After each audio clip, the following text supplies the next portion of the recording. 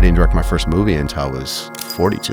Do you feel like it was kind of divine timing? Like, No, it feels like a bunch of failures. wow. I hate to say it that way. Wow. And part of me was ecstatic and thankful and proud and gracious and grateful. And the other part of me was frustrated and angry because I wanted to tell stories. I wanted more time than 3 minutes. At any minute, it can be taken from you. Any minute, the pop culture tide shifts and you're too old, you're out of style, whatever it is. What does it take to have longevity?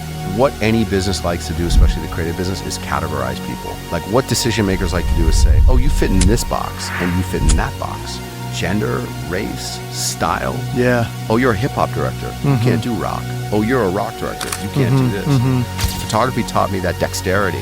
And when I got to videos, you know, it was Snoop and Common, 50 M. I knew I could shoot anything. Yeah. I knew how to light beauty and shoot beauty. So the photography curiosity taught me all these skill sets. I started to figure out how to apply them in video. You meet Rihanna at a very young age. Like, what do you think made her comfortable enough with you to just keep coming back and do 18 videos together? It's really simple. I saw her for who she was in a way that other people didn't. Jumping from videos to commercials, like how can someone make that transition? You got to get really good at something.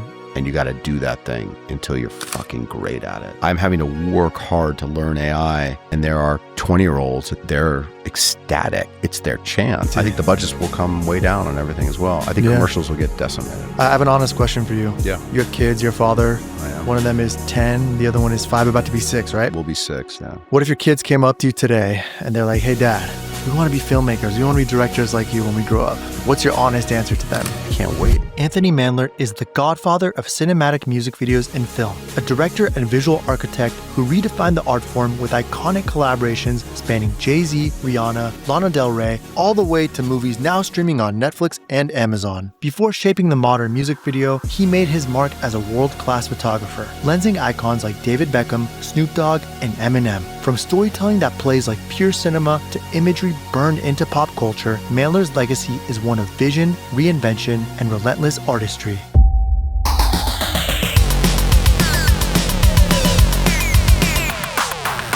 Mr. Anthony freaking Mandler. Welcome, bro. Thank you. Thanks for having me, man. Dude, It's a thank pleasure. you. Thank you so much. You know, we're on the Ourselves podcast today, talking about how we did it all ourselves. And your journey and your story is like a big testament to that, you know, just building a career. It's a lonely road, as they say. It's very lonely, man. Yeah. Most people give up because it's so lonely. Yeah. Yeah. You know? Well said. Before we start, I was telling you this earlier, like this is super full circle for me because when I came up, just like learning about the art of music videos, there were 3 directors who completely like opened up my eyes to music videos. One of them, as you know, is Taj, who was on that show not too long ago. Another one was Colin Tilley, who just came on the show, unreleased episode. And the third one is yourself. But you're actually the first because the work of Anthony Mandler came first. Yeah, I also had the pleasure of meeting both of them very young and hopefully having a little hand in some of their choices and things they did. And they've both gone on to do incredible things. Big hand, bro. You have a big hand. I'm proud of both of them. They give you so much credit. They give you your flowers, and I want to also give you your flowers, man. Thank you, man. You don't understand like what you've done for the world of music videos. Well, I'll tell you, no one helped me. I can say that pretty clearly. There were people that guided me and helped me when the time was right. But in those early stages, it was pretty bleak.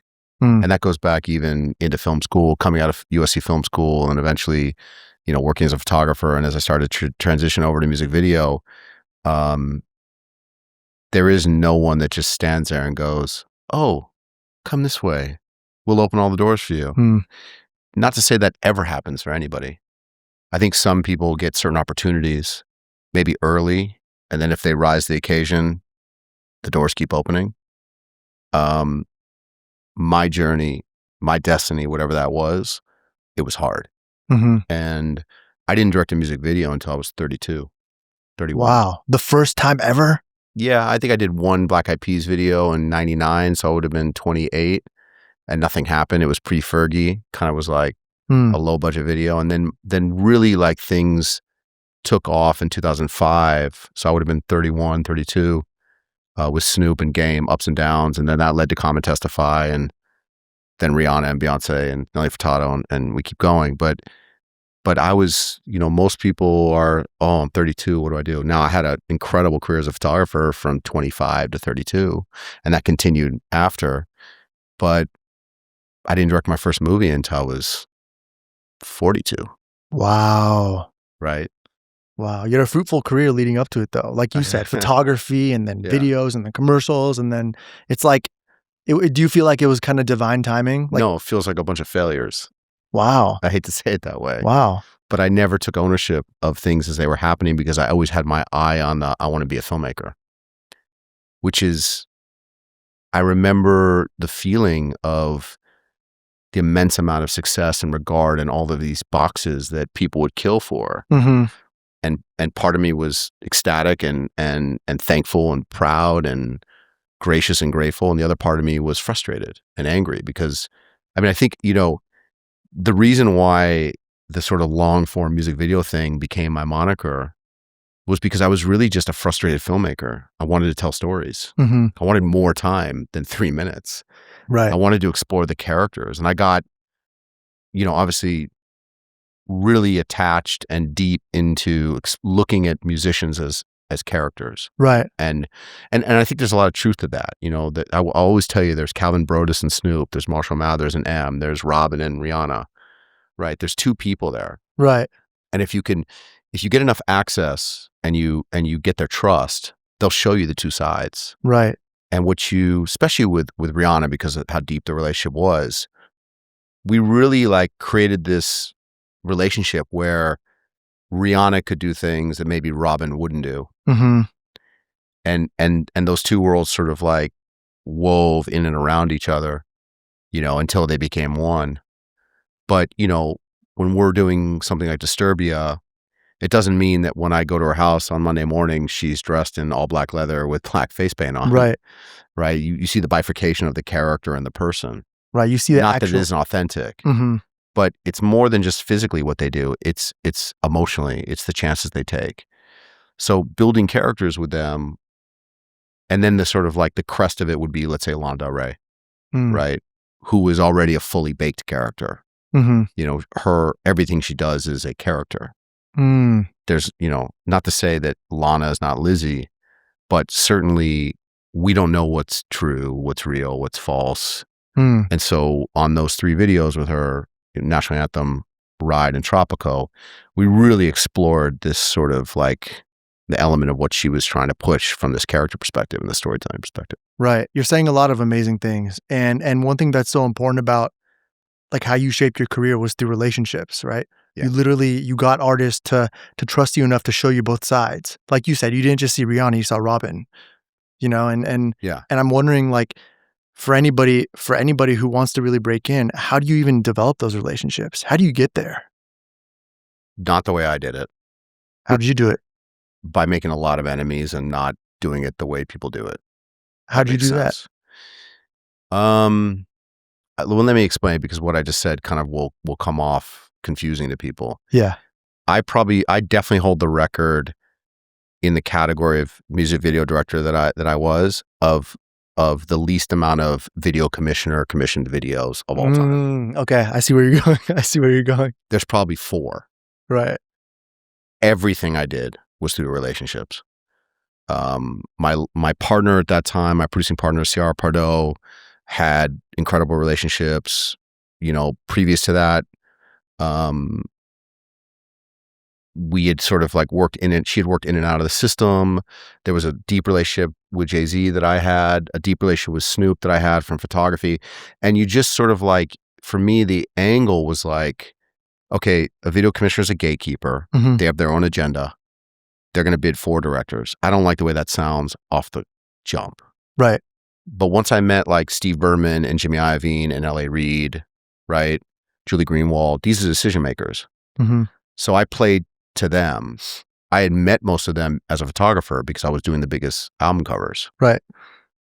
Once you meet the managers, you meet the heads of labels, the video commissioners are gatekeepers. Mm-hmm. I don't suggest doing that for anybody, because I made a lot of people upset and put a lot of people in weird positions.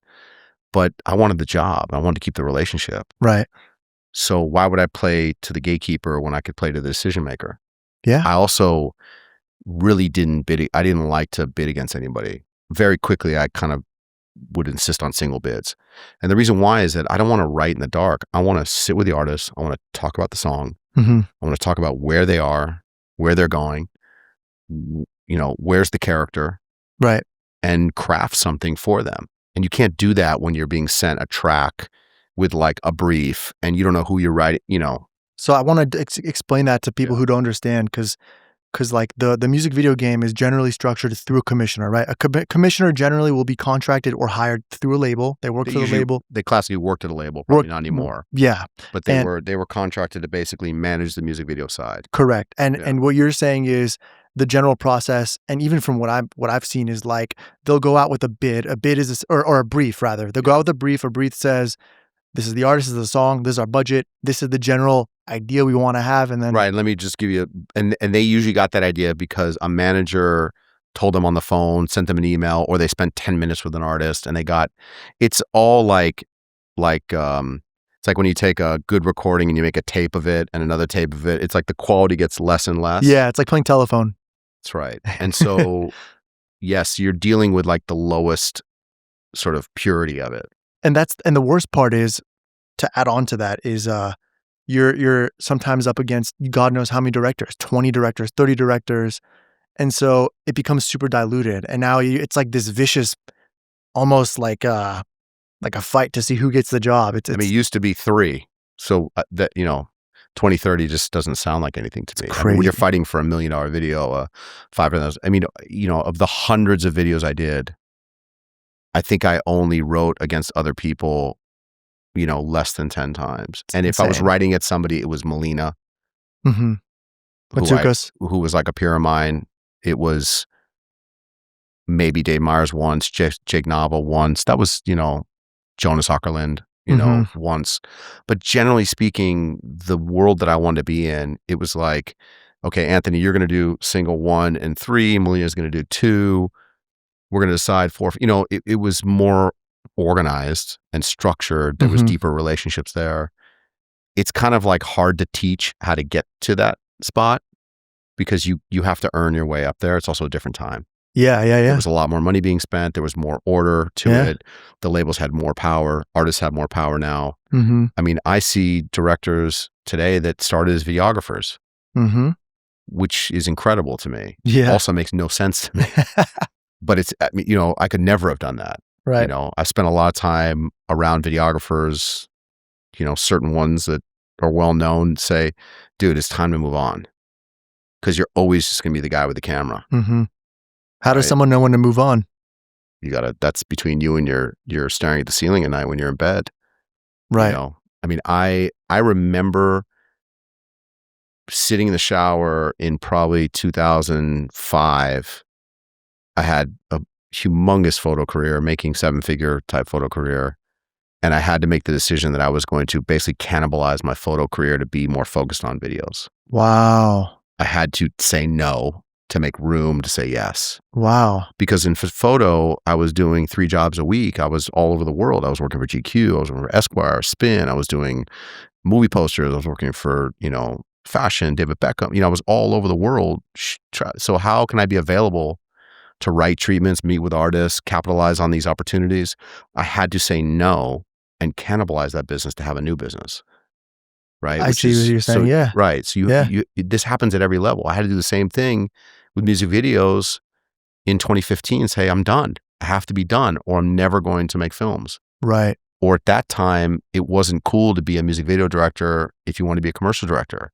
Right. Now it is, but that time it wasn't. I had to prove to the commercial world that I could do more than just do music videos. Yeah. I'm still, if I sign on to a movie and there's an announcement, it still says legendary music video director Anthony Mandler signed. I still can't shake the moniker. Right. So you have to be willing to sort of close down one shop to open up a new opportunity. Right. Reinvent yourself. It's very rare that you get everything. Very rare. Yeah. Can we take a step back real quick? You told me you went to USC for film school, right? Did. How did you jump from being a film student all of a sudden to photographing like for every magazine, every celebrity? What's the bridge that took you from there, from film school to photography? Failure. Great failure. I'll say it a lot. Okay. So I had a really special, we didn't know it at the time, but in my class at USC, you're in sort of directing pods of like 12. Mm-hmm. So Rian Johnson was one of my classmates, who's gone on to Knives Out, Star Wars, right? Wow. Rian Johnson. Wow. R-I-A-N Johnson. Mm-hmm. Josh Schwartz, who created the OC, was a year below me. We just had a remarkable group of people in those couple of years. And we all had sort of, this was this transitional time in the mid-90s when you had Tarantino and sort of independent cinema rising up, and then the sort of like Zemeckis, Spielberg icons sort of, still ruling Hollywood, and Michael Bay's of the world. And you kind of like, where do you go? Like, film school doesn't do a great job at positioning you. Right. It's supposed to give you tools, and then they drop you off like on the side of the curb. There's no blueprint, really. There's no blueprint. Yeah. And there is no blueprint because you don't actually have to go to film school. You could just be some brilliant creative that figures it out. Was it a script? Was it beneficial for you? It was beneficial for me because I made some great relationships. I got to like sit in the library of DVDs and watch all the European cinema that I loved all day long. I met some great friends. But I came out of film school kind of, with an agent, with a script, and with a deal to make a movie at an independent studio. And I thought I was off to the races. I was kind of first. I was the one that came out of my class like first. I was 23 years old. Wow, you got a movie deal at 23? I did, yeah. How did that happen? I just, went in and just met people and pitched and just hustled. And like it was like a studio movie? So it was like a small independent studio at the time. Wow. So it would have been like a $8-9 million film with a great writer. Wow. And I came out of film school. I was working for my dad at his restaurant, which is the only job I've ever had, other than working for myself. And we were analog at that time. So the desire while you're developing a movie and waiting and budgeting, how do I do and rehearse and get better? Well, I picked up a still camera in college, taught myself photography. I actually bought a camera for my 13th birthday. So there was always an interest in the perspective, the POV, the subjective sort of angle. I built a little photo studio at my house. I never learned photography from a photographer. I used hot lights, cinema lights, never used strobe. And, when you're 21, 22, all your friends are good looking and youthful and got that vibe. It was the mid 90s in LA. There was a kind of like that sort of like fashion that's in now is what it was then. I started photographing my friends. I started sort of doing fashion, as we'd say, and just sort of like had this like revolving small studio in a single car garage. And that's so cool. What's parallel to that is that like this movie was kind of happening, kind of not. I was learning the like moves of Hollywood and how things worked. And eventually it was like a year and a half. It just kind of like start, stop, almost maybe next year, maybe next month. And I just kind of said like, I don't want to do this. It doesn't feel right. And I walked away. And around the same time, a friend of mine said, there's this girl, this woman, like from out in the scene at night, she's a big photo agent. Her name was Rhea Richevsky. I knew her like socially. We had mutual friends. So I said to her, she's like, I heard you're a good photographer. I was like, well, I'm a director, but I take pictures. That was my line. And she said, come to my office Monday. Show me your work. And I used to shoot on chrome. So you have these like chrome strips. And I remember I just wanted to get like a free lunch, basically. I was like, so, I didn't have a job. I was shooting like headshots and model cards for $200, 3 rolls, the model agents send someone to you and you take, 3 rolls and they give you $200. Hustling, dude. Yeah, hustling. It's meager living. That's so awesome. And so I went into her office. I'll never forget this. And I taped up a bunch of chrome on the window. Yeah. And I was looking at the photographers. She represented Herb Ritts, Sante D'Orazio, Daniela Federici. Yeah. These are like the icons of the time. Right. And she sit there with a loop and she was like looking at the photo. She's like, I can get you work. And I was like, doing what? She's like, being a photographer. It's like I'm a filmmaker. She's like, but you should do this.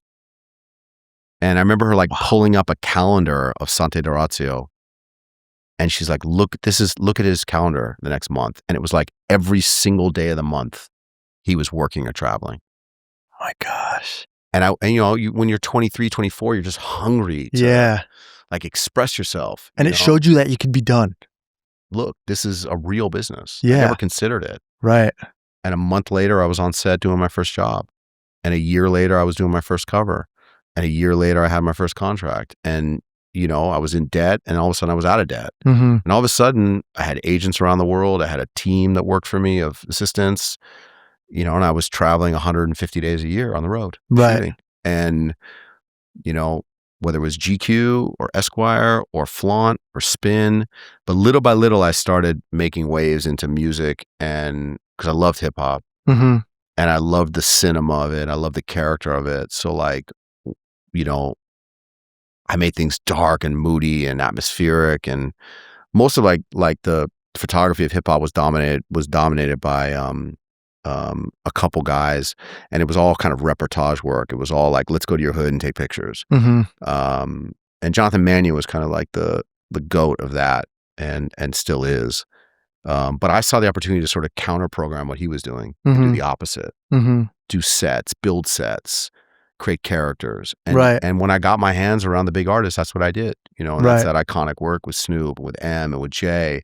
And although like people always pitted Jonathan and I kind of against each other, we were competitive. The truth is we were doing different things for artists at different times in their career. Right. Right. And he has a real legacy of work. Right. I wouldn't call it cinematic. I would call it photographic and Avedon-like, that's who he studied with. For me, my work was more cinematic, and I was sort of playing on the edges of what was dark. And that led me to Usher Confessions. That led me to Eminem Encore. That led to these huge music moments. Mm-hmm. And it's interesting because at that time, I kept running into this guy, Chris Robinson. And we met, and I obviously knew who he was because of the videos. And he was like, "Yeah, Anthony, man, I keep hearing your name. Like, you're the guy that does all the album covers. He's like, you should do videos." And I was like, "Yeah, I've been trying. I did this Black Eyed Peas video in like '99 without Fergie, pre-Fergie." Yeah. And he's like, "Yeah, man, I just started a company, Robot. You should be a director there." I tell this story like all the time, so if he ever sees this, I'm gonna send him the clip. Yeah, you should. Because I rub his face in the mud always. I never let him down. I'm like, I just got Snoop's gonna let me do a video with The Game. This is like 2005 now. Wow. And I said, you should come to that shoot and like come see how I work. Okay. Because I used like my photo assistants to light. It was all handheld. I didn't want any of the look of what was happening at that time. I wanted my own thing based on my photos. And Chris never came. He never came. You got to send him this clip now. He never came. And I always say, man, he's like, I know, I missed out. I love Chris. But that's dope. I mean, it was okay. It was destiny because I needed to build my own company. Right. I needed to carve my path. Right. But that's really how I got in, was through that kind of like back door of like saying to artists, like, yo, let me do a video. Let me do it. And then once I did that Snoop, it was like, I knew Paul Rosenberg from doing stills at M. Yeah.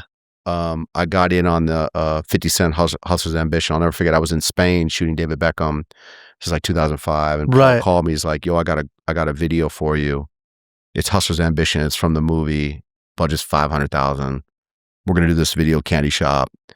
And I wrote a great treatment. We shot that. Then he gave me Eminem Encore. It's also around the time that I got a phone call from Tracy Waples, who's like, Jay-Z wants to sit down with you.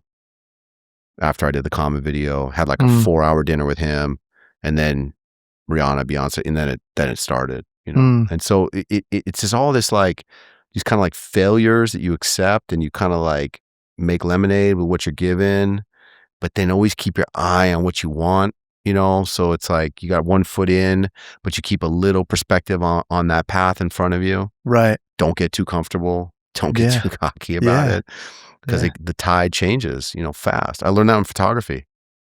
Like when I came in, there were all these legends, and 10 years later, they were gone. Yeah, I see. I couldn't believe it. There's no longevity. No, there is, but it can, at any minute, it can be taken from you. I see. At any minute, the pop culture tide shifts, and you're too old, you're out of style, whatever it is. Yeah, that's what I was going to ask you. Like, it's one thing to become or create a career out of this, but how do you sustain it? How do you stay hip and keep, like, do you have to change your style over time? Do you have to adapt? Like, what does it take to have longevity? Well, I mean, I'll answer the question by saying, like, what any business likes to do, especially the creative business, is categorize people. Like, what decision makers like to do is say, oh, you fit in this box and you fit in that box.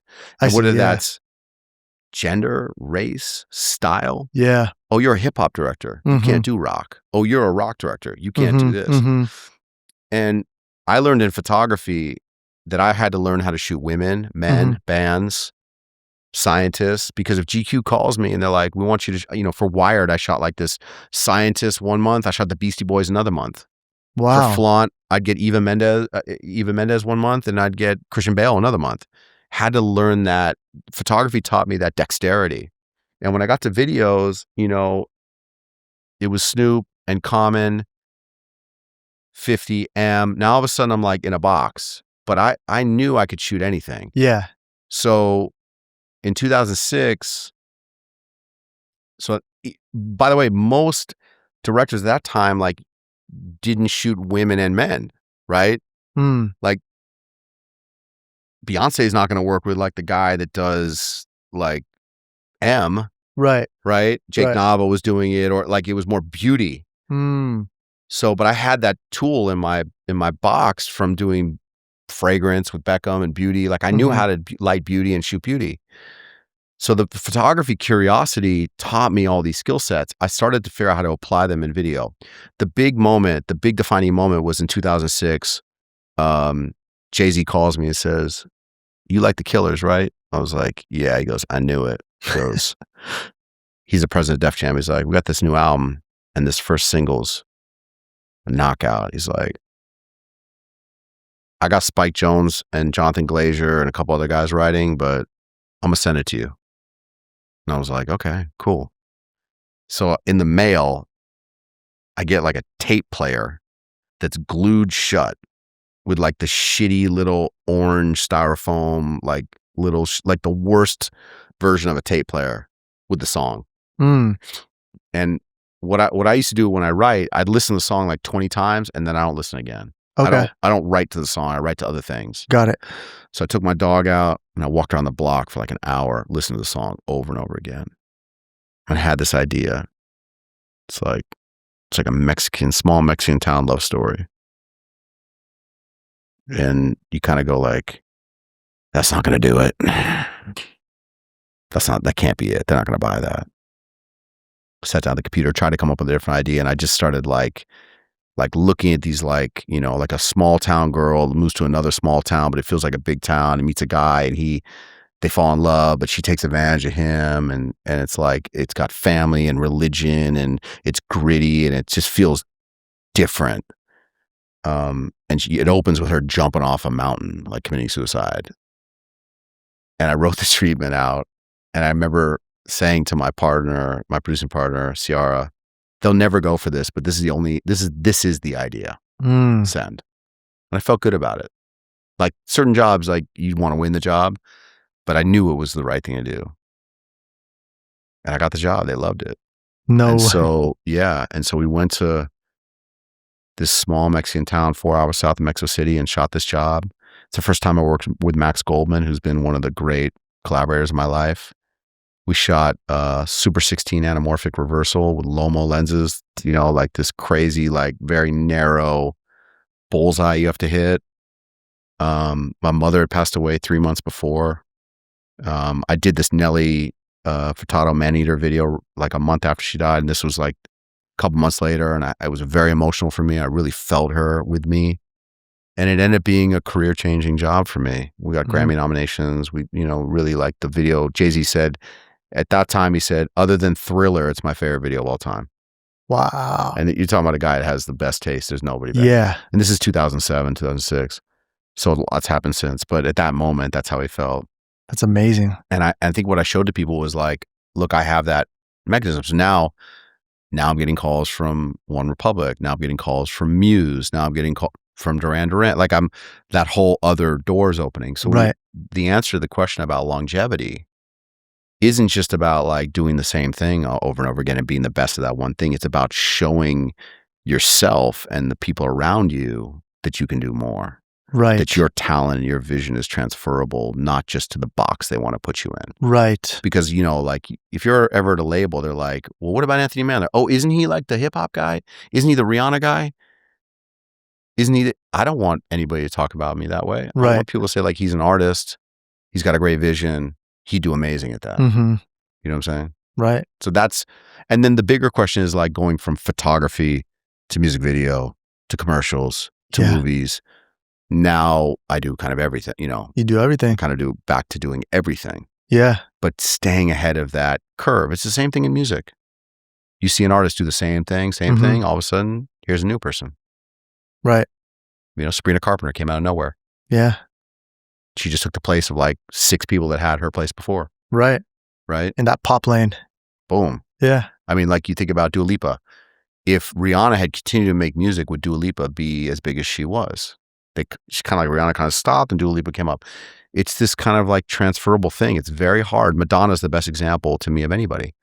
For decades, she reinvented herself every couple of years and stayed there from 84 to 98, stayed at the top, you know? Yeah. Hard to do. That's an interesting point. When I was talking to Colin, he told me every 4 years he likes to reinvent himself, switch up his style a little bit, work with new people, do different things. He said he closed down his company because he wanted to like, you know, shift gears and work with new people. Yeah. I'm like, these are bold moves, man. I talked to him a lot about that. Bold moves. That's man. a whole different podcast. Yeah. Owning your own company. Yeah. Well, I would love to get into that in a bit too, but like, it's like the tides are changing so fast and trends are changing and everything's changing so quick. But taking it back, man, I'm just trying to piece it together. You basically got a photo agent at a young age, started shooting a lot of photos, and you told yourself one day, "Hey, I want to be a director." Right? At what point, like, was that always something you wanted to do from the jump, or did you ever have a thought like maybe I should just keep doing photography because that's my thing? You know? After I did that Black Eyed Peas video, I thought that was going to stick and it didn't. That was 99. So between 99 and 2005, I kind of accepted I was going to be a photographer. I see. But I saw the opportunity coming back with the relationships. It was really the Snoop relationship, where I was doing all his photos, all of his advertising. Like there was a lot happening. So like the opportunity was starting to present itself. And how'd you meet Snoop? I met Snoop shooting him for the cover of Flaunt magazine, which is some of the best photos I've ever taken. The first thing I said to him when I met him, he was still wearing like all the pimp outfit. I was like, I want to shoot you in Dickies and a white tee, tank top. I love those photos. The ironing? Or these are the black and white ones where he's Frenching the smoke and he's wearing all the chrome hearts. This is like 2001. He's wearing chrome hearts, the fuck you shirt, and he's got the like baklava on. And it was, you know, like photography is tough, man. You know, you get hired to shoot, you know, X celebrity. Let's say it's Timothée Chalamet. You're there in the studio, you're lighting, you're setting it up. This guy walks in, you got 4 minutes to say hi. And then in 30 minutes after he does hair and makeup, he's coming on set and you have to earn their respect to push them to get the images you want, or they'll just stand there and give you what they're normally. So I had learned this mechanism of like, it's kind of manipulating and tricking and pushing and redirecting. And you're sort of like pushing one way to go this way. And it's a mind game. And so with actors, it's kind of fun. With musicians, depends on the state of mind they're in. With Snoop, it depends on, you know, what blunt we're on in the day. Because, you know, he goes from conscious to unconscious and back again.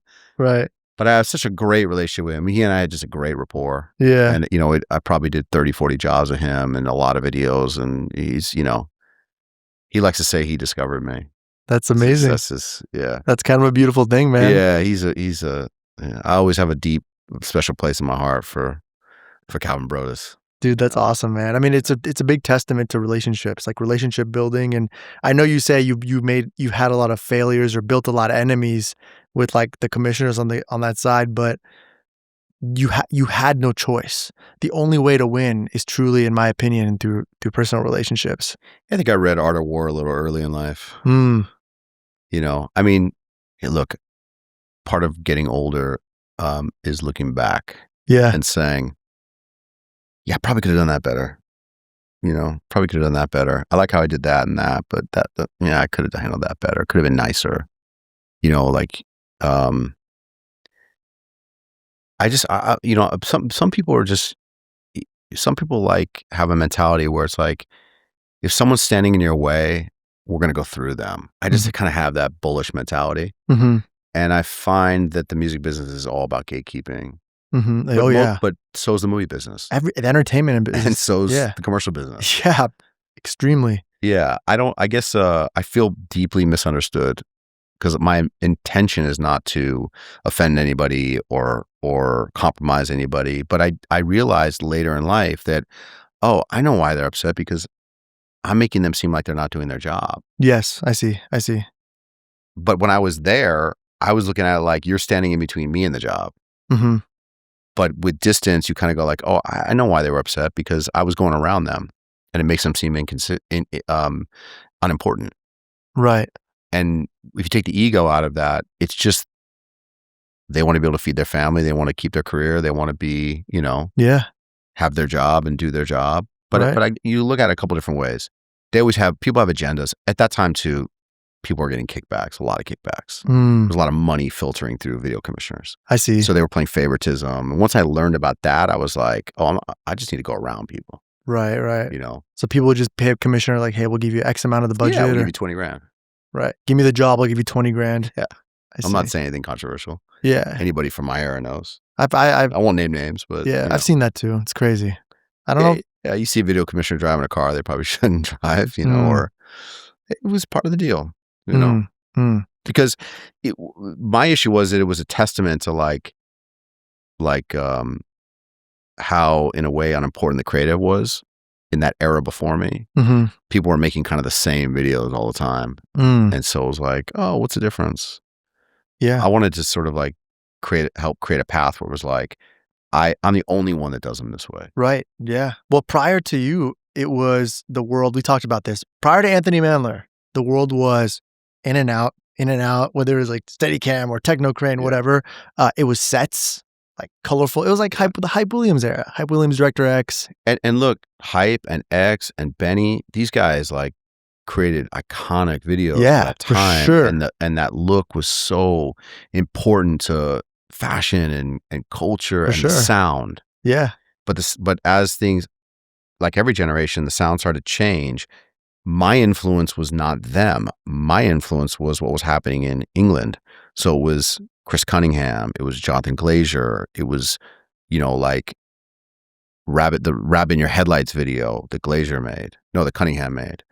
Or it was Romantic. Like, I was interested in like the more artful, dark, cinematic stuff, but no one in sort of like the American scene was doing that. So I saw an opportunity, because it was kind of like separate, right? Yeah.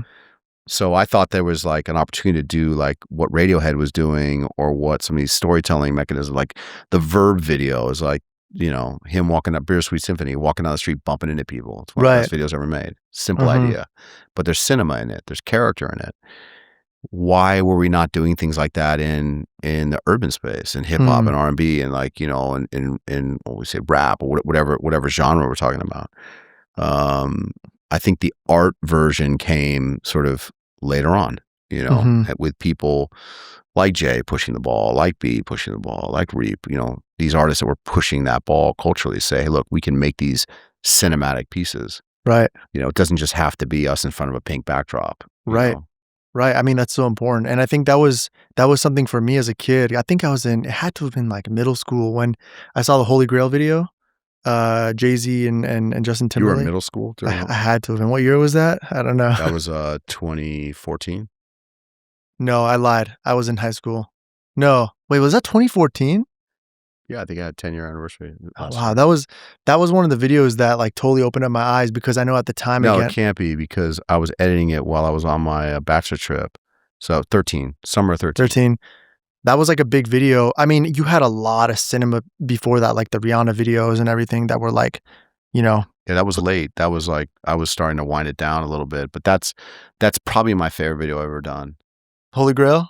It might be. That's literally one of your, that to me is the definition of bringing cinema into music videos.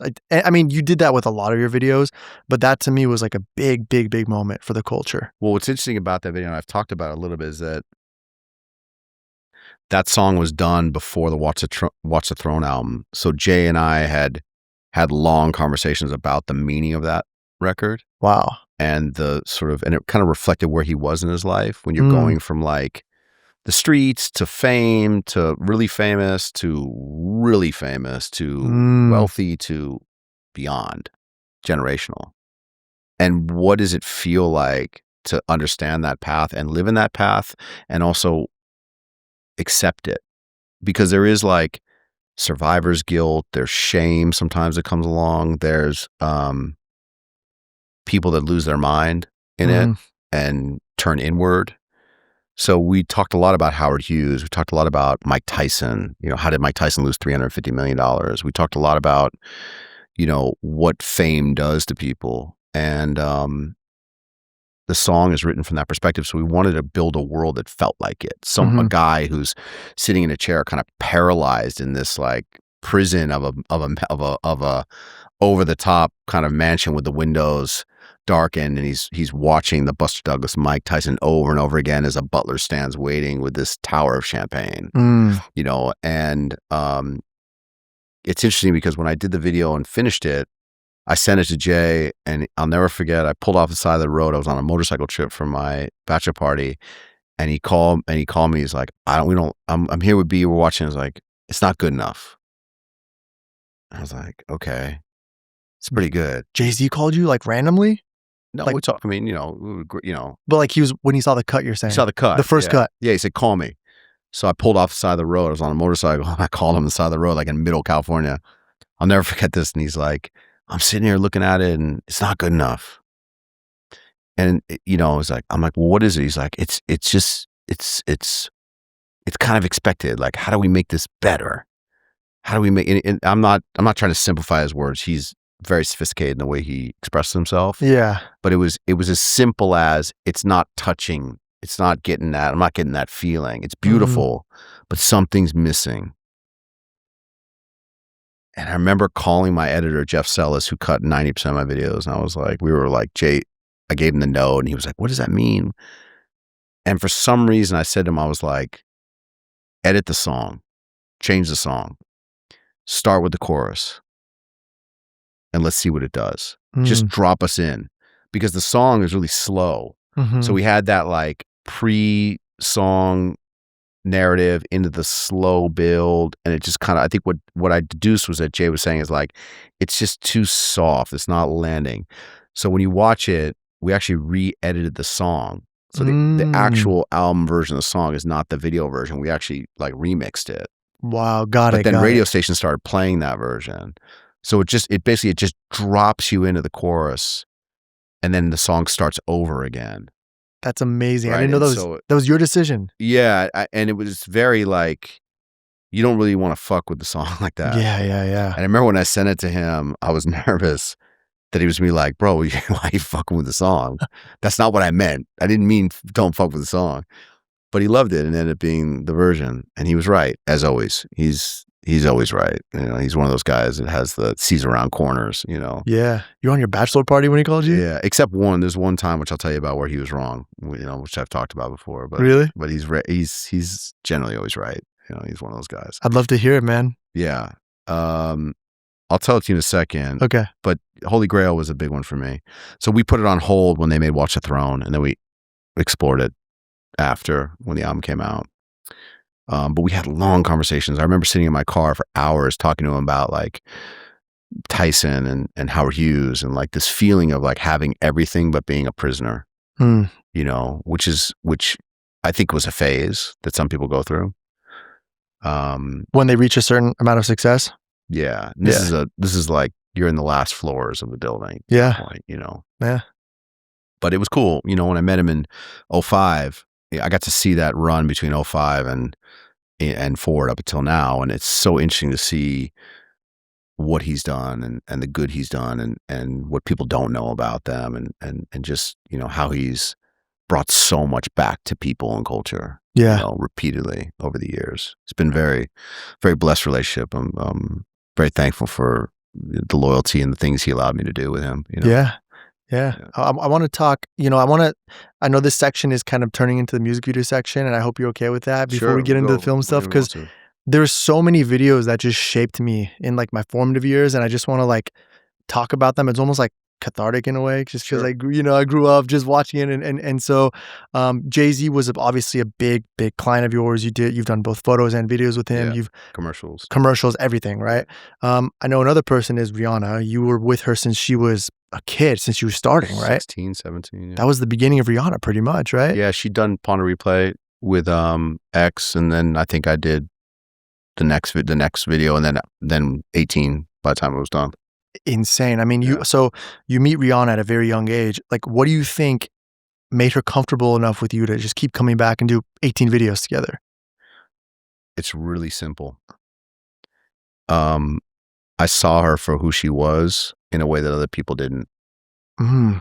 And what I mean by that is that it's very easy to look at Rihanna now and what she's achieved. But if you go back through those years, 05, 06, 07, 08, 09 is Disturbia, which to me is the moment that changed everything. But in those years, where she was from and the style of music that she ultimately wanted to make and her identity was not being honored by the label. They were trying to put her in, like, wear a Yankees hat. You're an R&B artist. Wow. You're like a New Yorker. Don't do this. Don't do that. And look, she came from a very simple place. She didn't grow up around fashion. She didn't grow up around New York. She has a God-given talent that is beyond anything I've ever seen. But I wouldn't say she's Christina Aguilera, and she's probably not, let's say, Ciara when it comes to choreography. Mm. That wasn't her thing. Her thing is this magic that she has that is all hers, comes from here. And I'll never forget when they sent me Unfaithful, the song. I listened to it over and over again, and the tone in her voice of that story and the heartbreak was like, I was like, who is this girl? How old is she? She wrote this record, and like, no, Neo wrote it. And I'd done Sexy Love with Neo around that time. But it wasn't that she didn't write it, it was the way she interpreted it. And I wrote this very emotional video about love and love lost and deception and this sort of like mysterious sort of interaction with this guy and this sort of, and there was a sexuality that was very sophisticated in it. And when I met her, she was like 17 or something, but I'll never forget the first thing we did was this performance on this couch. And we just she took my direction. I talked to her like I would in photography. I would always operate. So it was just me and her. And she just transcended something. And we just really connected, and there was trust. Mm-hmm. I was looking at some photos from the set the other day. I looked like a baby, and so she, but we just built this immediate bond and trust. And the stuff we did, if you watch that video, with this piano and this piano player and this reveal and this energy, she just got it. And I was speaking to a part of her that people weren't honoring. And so she just trusted me. And my producing partner at the time, Ciara, obviously built a deep relationship with her, and we just became her kind of unit and her trust piece. And Jay, and it was really cool. It was a very cool time. Jay Brown, was her manager, and it was there was just a lot of camaraderie and really its own sort of insulated working relationship that I really loved it then, and I really look back on it in fond memory. That I can't believe it's been almost 20 years since that started. But it was really cool. Did I think she was going to become who she is now? I don't think anybody can think they'd go there. Right. But I knew she was going to do way more than they were letting her do. And those next couple of years were tough. There were victories, but there was a lot of conflict around her image and around who she should represent. She West Coast, East Coast. I'm from the Caribbean. Right. From the Caribbean. Yeah. I'm not from New York. Right. I don't want to be an R&B artist. So there's this constant back and forth at the label and I guess her and you, essentially, huh? I mean, she would come to me with trust. She built a great relationship with Melina. She built, you know, relationships with other people. But her and she always came back, and I always worked my hardest for her. Yeah. And I felt a deep responsibility to like do the best work for her. And we had like very much like a brother-sister relationship. And she really trusted me. And I really like was proud of, you know, she educated herself in fashion. She educated herself. She just like sucked everything up and translated it and made it hers. Yeah. She wasn't trying to copy anybody. She studied history of fashion and music. I remember talking to her about Madonna. I remember like when she started understanding more about fashion, and it was like exponential. It was like everything we did got better and better. But the big moment was Disturbia, 2009. I love that video. Yeah, oh my gosh. It was the third or fourth single. And she said to me, she's like, I'm paying for this video and I'm doing whatever the fuck I want to do. How old was she, would you say? I mean, she was probably 21 or 2. She paid for the whole thing? Yeah, well, she was making, I mean, maybe 23, but she was very successful by that point, right? Mm-hmm. She was Rihanna. Yeah. And so she said, I'm paying for the video and we're doing whatever the fuck I want to do. I was like, okay. Because in many other videos, she wanted to do things. We were like, no, you can't wear an eye patch. And no, we're not doing that. And it was like a lot of the label fitting. No, okay. Even us, we're even like, that's too far. It's not right for this. Got it. But she never stopped wanting to sort of push the ball. Got it. And with Disturbia, I remember I wrote the treatment, and I remember like the day before the video, she called me. I went to have lunch with her. She's like, it's not far enough. We got to go further. And she pushed more. And when we made that video, like we built this weird Joel Peter Wickin like set, and all these freakish, you know, bodybuilders and midgets and double, and this sort of like house of horrors. And she came out with her nails black and all this. And it was shocking, but it was right. She was right. And the video made itself. Mm-hmm. Omar and I shot it. We'd done a lot of work at that time. And I just said, look, take the camera off the lens. I'm going to hold the lens and mismount it. Oh, wow. And yeah, skip frames and all this like tilt shift and all this like weird stuff. And I remember, man, I remember walking off that set like, we got something really amazing. And I cut the video. I turned it in. And Def Jam, LA Reid was like, I'm shelving that. That's too crazy. He threatened to shelve it? No, they shelved it. They shelved Disturbia? for a couple of days. And there was a lot of fighting. And I've told this story. I love LA. I never let him off the hook on this one. LA Reid was the head of the label at the time? He was, yeah. And he says, too far. And I said, LA, respectfully, kids want to see their idols. It's like horror movies. Like you have to watch them break down and reform. Mm-hmm. And she put it out. I said, I bet you it's the biggest video she ever does. And she was like, I think she just hit send. Like she was just like, it was like early digital. She was like, send.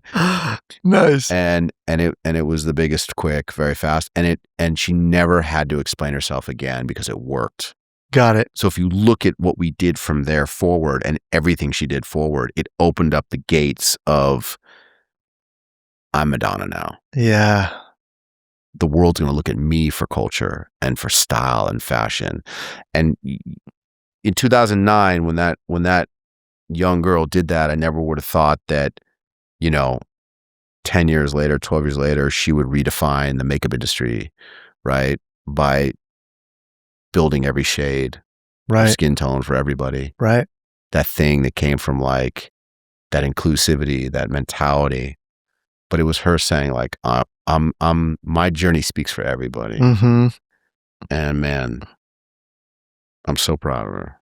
And I know Rocky really well. I'm so happy with what's happening. They're amazing together, bro. It's I miss her. It's the last video we did with Diamonds. It's been 10 years. That was the last one. That was the last one. That was it. Diamonds is iconic, dude. Diamonds was great. I wanted to kill her on that set, but you want to kill her? Why? What was it? What happened? She was like 6 hours late. Classics. Whole different Rihanna at that point. No, she's always late. That's just her. She's island time, Yeah. But well, you should be proud of yourself too, man. You literally helped build her visual legacy, and I think every artist references Rihanna in some way, shape, or form. I certainly have my piece of the pie. You got to give credit to Melina and what Melina did, and what, let's say, David LaChapelle did, and Stephen Klein did, and what Ciara Pardo did. Who became her creative director. It was a very cool group effort of artistry, and we all did different things. I think I get a lot of credit because of the scale of videos, but certainly there was unbelievable things happening from other people and artists too, and it's a beautiful legacy. Yeah. It's a beautiful legacy. I'm so proud of it. And one of the great gifts is watching my 10-year-old daughter discover Rihanna and come to me like, "You made this video, No Dad? way. The one with the red hair, only girl in the world?" I was like, "I did." I did. That's amazing. Yeah, that's been fun. That's like the best feeling, huh? Yeah. So, and with my son with hip hop too. Like, oh, really? But yeah, that's one of the great feelings is like when your legacy lives through your children. Yeah. That's amazing. But did they know that you did those? Like, did they know you worked with Rihanna, or did they just see your name somewhere and like, Dad? No, they knew. Oh, they knew. Yeah, and she's met her. They knew, but when you have a 6-year-old, they don't really understand like who's your dad. Right. They don't. So as she's getting older, she understands the impact more. She understands the reference more and all that stuff. Right. There's another video. You called this one Pure Cinema, and you said it felt more like a short film than a video. Can you guess what I'm talking about here? I know there's a lot of those, but there's one in particular that sounds like all of them. There's one in particular. Ride. Yeah. And that one. Favorite. My God, it's so good, bro. That's a masterpiece. Thank you. I'm really proud of that video. First off, how is it working with Lana? Because I've heard mixed. I'm not saying she's ever I've never heard bad things about her. I just heard she's so dedicated to her craft. Like, yeah, I mean, more than most artists. I mean, every relationship with an artist is different. I think my time with Rihanna is what taught me how to eventually, when I worked with Lana, to understand that sometimes artists really know best, but sometimes they just need help translating what's in their brain. Right. And what I found with Lana is that she was in incredible command of her character and her story. She's very smart. She has great references. She loves old Hollywood. So do I. Marilyn Monroe was like her North Star. And I kind of, know a lot about that era and the sort of relationship of starlet to Hollywood and, the heartbreak, the addiction, the men, all the like stories that she kind of like took and fabricated and took in her own and lived and projected. And I remember National Anthem was the first one. I got this like 10-page scribble of like what she wanted to do and JFK, and I'm gonna play Jackie O, and we're gonna redo the Zapruder film, and we're going to do their family life, and we should cast like A$AP Rocky or someone like that. And you're like, oh, this is amazing. This sounds great. But it's like trying to deduce like, okay, like how do I actually put that into a video format and story, and what can we do in a couple days? And right. It was the first job I did with Dave Devlin, who was my longtime partner, DP partner. He passed away a couple years ago, but Dave also shot Holy Grail, shot my movie Monster, a lot of my seminal work, my commercials. Rest in peace, man. Yeah, man, Dave was a really special guy. And I said to him, I want to shoot 16, 8, 35. I want to try to recreate the Zapruder film. We found this location that kind of looks like it. We got to use a lot of smoke and mirrors and shoot through things, but what do you think? He's like, I love it. And I want this like really nostalgic film quality, and I want the telecine, Tom Poole's my long telecine partner, and I want the colors to like be like dyed, and the color of her dress and all these like iconic sort of, chromatic sort of feel. How'd you do that? How'd you warp the color? Was that just in the grade? Yeah, it's shooting reversal and baking it in and grade, and then like in something like Tropico, we actually shot digital, printed to film, scanned. We did that multiple times. Wow. Right? On National Anthem, we shot film, and then you sort of bake the film a certain way, like how you expose it. But then when you transfer it, you can go and isolate colors, and you can print it back out again. You're using the sort of different mediums to sort of either increase something or to do something, and you're baking those things in versus just working in digital where you have ultimate control forever. Right. You always go back and just reset it to raw. When you what's great about film and working between film and digital is that you can make things permanent. Right. And then you're working with like a limited range. It's like putting on a guitar, when they put the thing on, it makes the range of the sound smaller. You don't have the full range anymore. Right. So, I remember like the night before that video, I was sitting in bed, like, I'm about to make a fool of myself. Like, how am I going to like do the Kennedy assassination and story and make this work? And then the day of the first shoot, Rocky was like 4 hours late. I'd only met him once at that time. But I'll tell you, we did that first performance of her on the ground with the tiger rug, and she just was in control of her, in command of her character.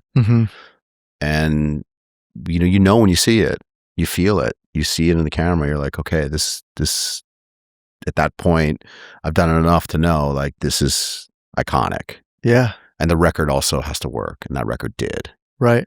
And then when we did the Roses performance, I was day one too. I remember operating that. It was 16 and 8mm, and it was like the way the sun was hitting the roses, and she was, and so the way I took her writing and rewrote it, and then the way she absorbed those layers when she gave it back to the camera, it just felt like something. It felt special. It felt unique.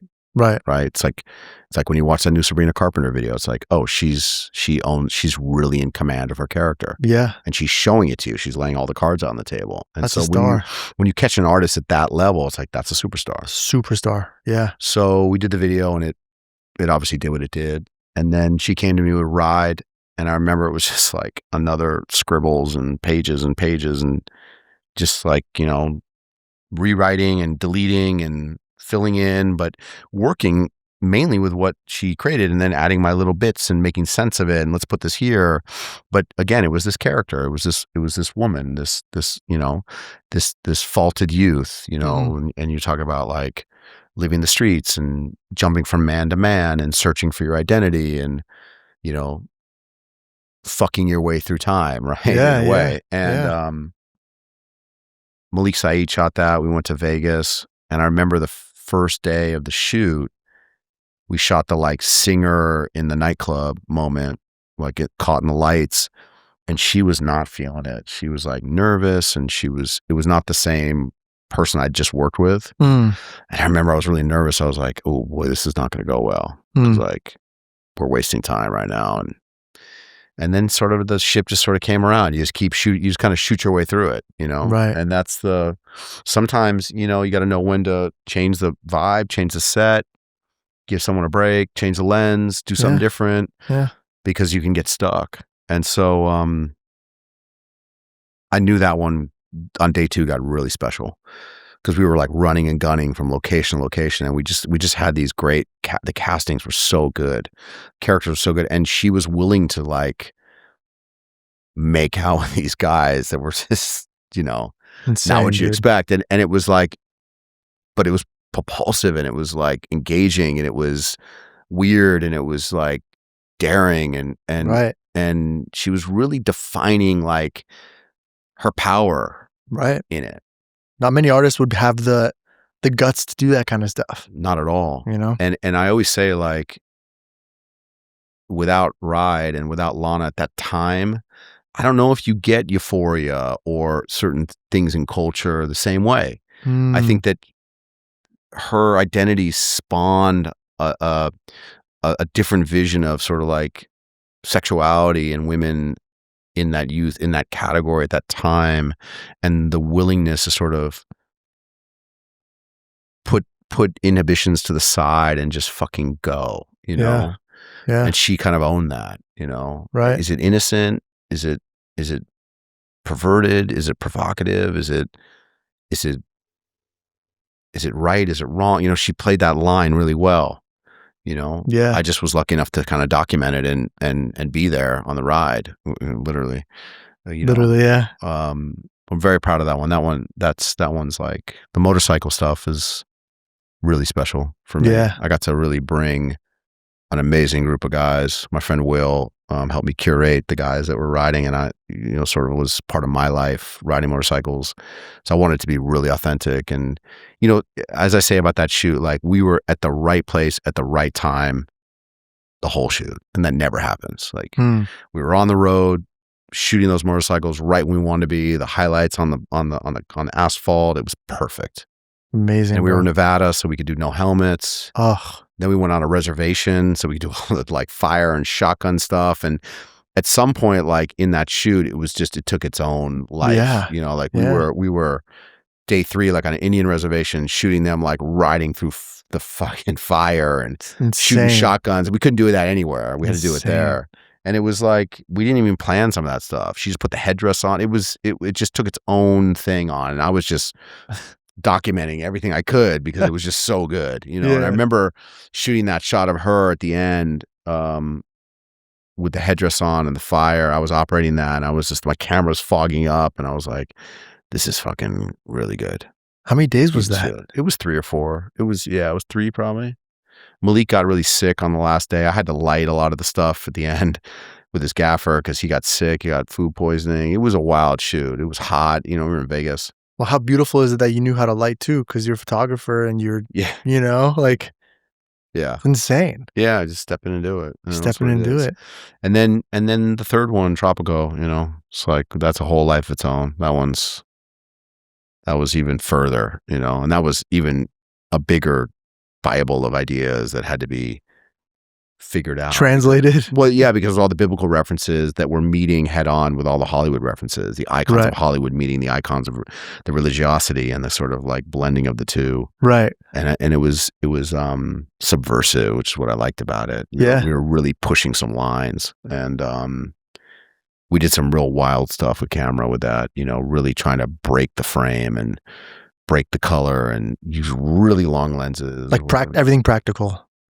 There was some digital work in the beginning with the clouds. Got it. But we built this massive set. Benji Bamps, who's also no longer with us, who was my production designer on all those jobs. Rest in peace. Yeah, he built this massive set that was like a football field of this Garden of Eden.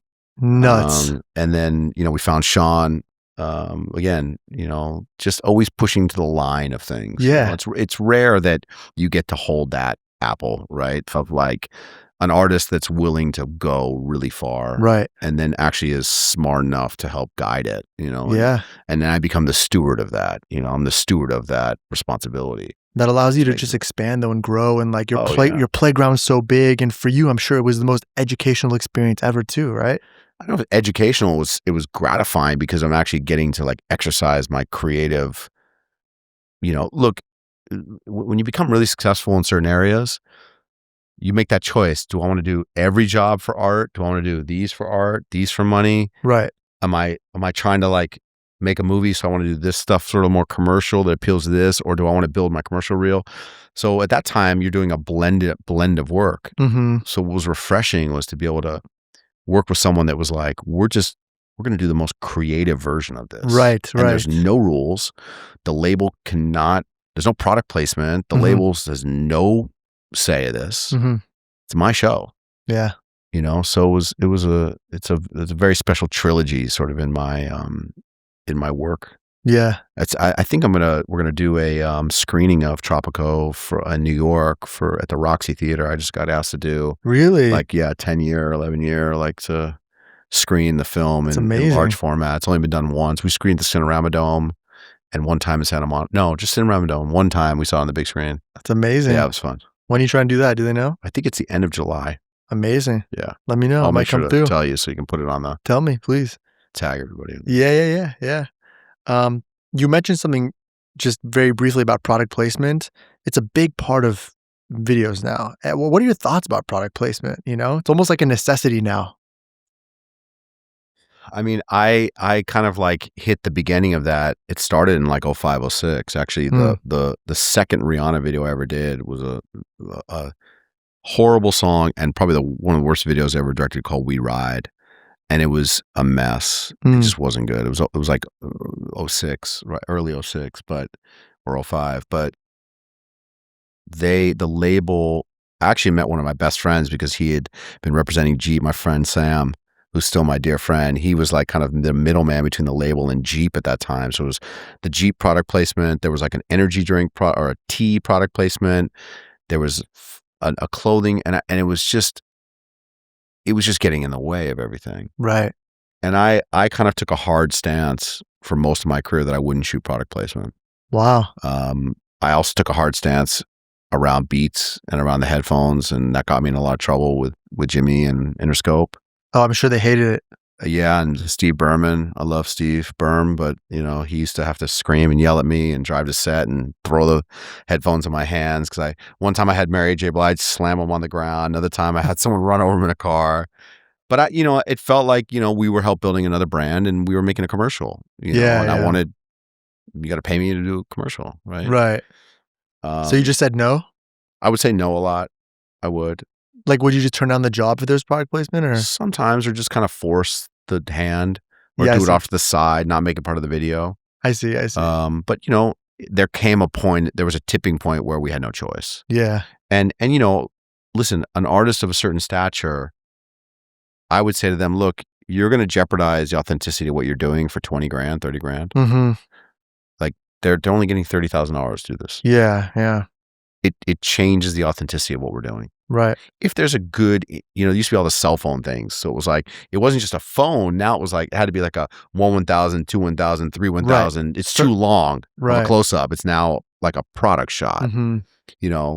Or the worst was the vodkas or the alcohol. Oh yeah. It just became the only way to get things financed. It just lowers the effect of things. Right. It sucks. They just have these specs. You have to, like you said, you have to hold it for 3 seconds here. I mean, get the logo, then make sure it's in other shots for 7 seconds, and then make sure you need to not only see the bottle a certain way, but make sure the logo shot like this. And it's just like, man, all of a sudden it's like, it diminishes the overall impact and brand. Yeah. But the truth is, we're at a place where sometimes you need that. Yeah. And we're in the place of either you want to make it or you don't. Yeah, exactly. So if the artist is willing to do it, then okay, let's go. Yeah, true that. But I generally don't like to do that. Yeah. Understood. I can see why. Yeah. What would you say was the first video or commercial or project in general where you were like, this is it. I've arrived at my voice. I found my voice. And what would you say was different about that project? I think it's happened. Thankfully, it keeps happening. Okay, good. I think that Disturbia was a big moment, like we talked about. Mm-hmm. I did this Rhapsody commercial with Jay-Z where the record covers come to life. Wow. Rhapsody, ours and RHAP, Rhapsody. It was the music app. Service. Yeah. And it was the hardest thing I've ever done because I had to recreate 10 record covers and seam them together in a oneer. Wow. It gets posted a lot. It's kind of like this really iconic commercial. We shot it in one day. That's sick. And they were mainly Jonathan Mannion covers. So I wanted to show him the most amount of respect and make sure they looked right. You recreated the covers? Yeah. You 10 should of cut them? to it right now. Yeah.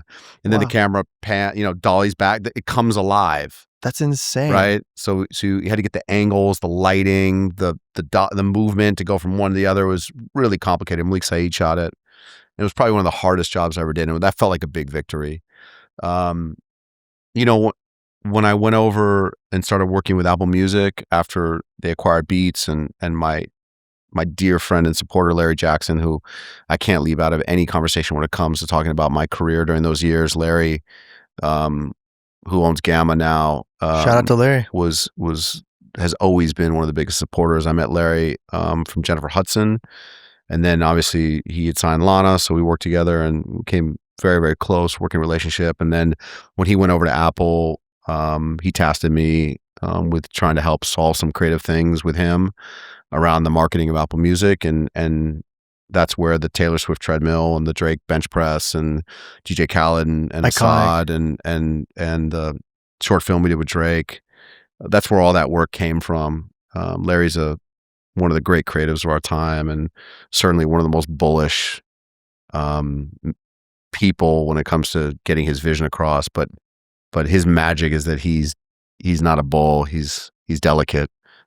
He knows how to move his way around things without knocking everything off the table. Yeah. And I will always be thankful to Larry and always cherish our relationship. But yeah, the Apple work we did, we were really up against it because Apple has an agency called MAL, Media Arts Lab, and they had done some very big commercials with Roman Gravis and spent way too much money. Roman Javras, the director? Yeah. Beautiful commercials. But this was the first time that Apple actually had a service. They weren't selling a hardware. They were selling something that you had to actually press. And the commercials didn't really satisfy what the service did. It was early days. Yeah. $9.99, you get millions of songs. Right. Right? This is 2016, 2017. And I remember sitting in office with Jimmy Iovine and Larry, and Jimmy's like, look, these commercials, no one knows what it does. We need to know what this service does. People have to open a phone, press Apple Music, press rap, hash Jim playlist, and press a song. And so we started writing spots. We did this Khaled and Ray Liotta series of spots that I love. They just signed a deal with Taylor Swift, and she had told Larry that we were trying to come up with ideas, and she had told Larry that one night in a hotel in the middle of the night she was on a treadmill and fell and no one saw it, and we should recreate it. Oh my. I remember Larry called me with that idea, and I said, if we can get that done and we can make it believable that what people are watching is actually happening, and she actually did it, this will be out of the building. Insane. I love that commercial. So when you ask me things I'm proud of, what I had to do with Dave Devlin, my DP, was crack a setup and a shot and a process where we were rolling our sleeves up. There's no trick here. So I always shoot anamorphic. For this, we shot spherical, very clean lenses, almost uncinematic. We picked a camera height angle that felt neutral, and we just did a very simple dolly back. Okay. It opens with a close-up of the phone, and then when you meet her, it's a dolly back. Very simple. Running on a treadmill. Taylor Swift. So we're showing our cards, and then she falls, slams onto the treadmill, and comes off, and she's singing, this Drake Future song. Did she actually fall? I mean, she did a lot of it. What? And you can't tell. You can go frame by frame. I couldn't tell. I watched it literally frame by frame, and it's perfectly hidden. But she did 99% of it, and we had to construct. We had to basically just put up guardrails on what our filmmaking style was in order to get this thing across. Yeah. But what you do is you can't hide a cut. You're exposing yourself. Right. So when I first saw the work done, man, I just jumped up. I was like, "That's it." No way. And Larry Jackson's genius is that he got Instagram to premiere it as the first 60-second video ever. Oh, genius. So you had Taylor, who was cresting, Drake, who posted, Apple Music, and then first 60-second video. I think it got 500 million impressions in the first 4 days. It's the most viral commercial of all time. And then we bought paid media on Tuesday. And then Drake wanted to do the response, the bench press one that we did. Yeah. And it was a special time. It was a really fun time being inside Apple and working with that team and with Jimmy and Larry and the rest of the support team there, because we just were just like reinventing the wheel. It was it was so much fun, and so I'm really proud of that era, Right. Yeah. Right. Yeah. How do you direct celebrities who are known for being very serious or calculated into being super playful and fun on camera? Like who? Well, I guess Drake is kind of playful and fun. I mean, Taylor was a little more had more serious topics, but like, how do you get him in that space of something comedy? I mean, the key to Taylor, what I found, and I did 2 videos, I did 3 videos, and then these 5 commercials with her. What I found the key with her was to make sure that she had ownership over what we were doing. A lot of communication, a lot of prep work, a lot of listening, a lot of allowing her to weigh in. She's very detail oriented. And I think if you get to that place with her, then things go well. But she's very smart, and I always said could be a director of her own, and has become a director, right? That she definitely could direct herself and other people.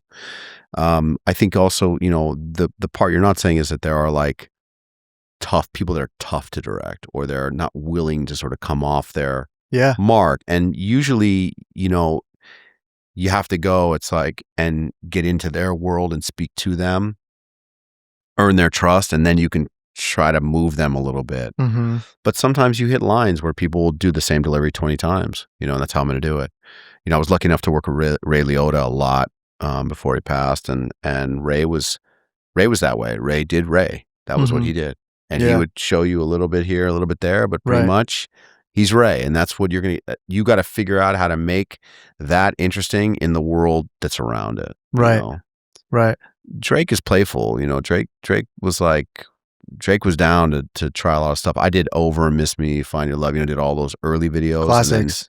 Then we didn't work together for a while. We took a little break, and then we came back together on One Dance and Controller and that whole short film. Look, it's if he's comfortable and he likes what's happening, he gives you everything. Yeah, 100%. Jumping from videos to commercials, like what was the biggest? I guess what was the main thing you did to make that jump? Like, how can someone make that transition? Because we were talking about it earlier. Like, a lot of times you get pigeonholed, right? This is the music video guy. This is the guy who shoots rap videos, whatever. Like, how can somebody transition over if they want to get into commercials? It's different for everybody. I mean, in this day and age, I think being a cool music video director is a great path in. When I was doing it, it wasn't.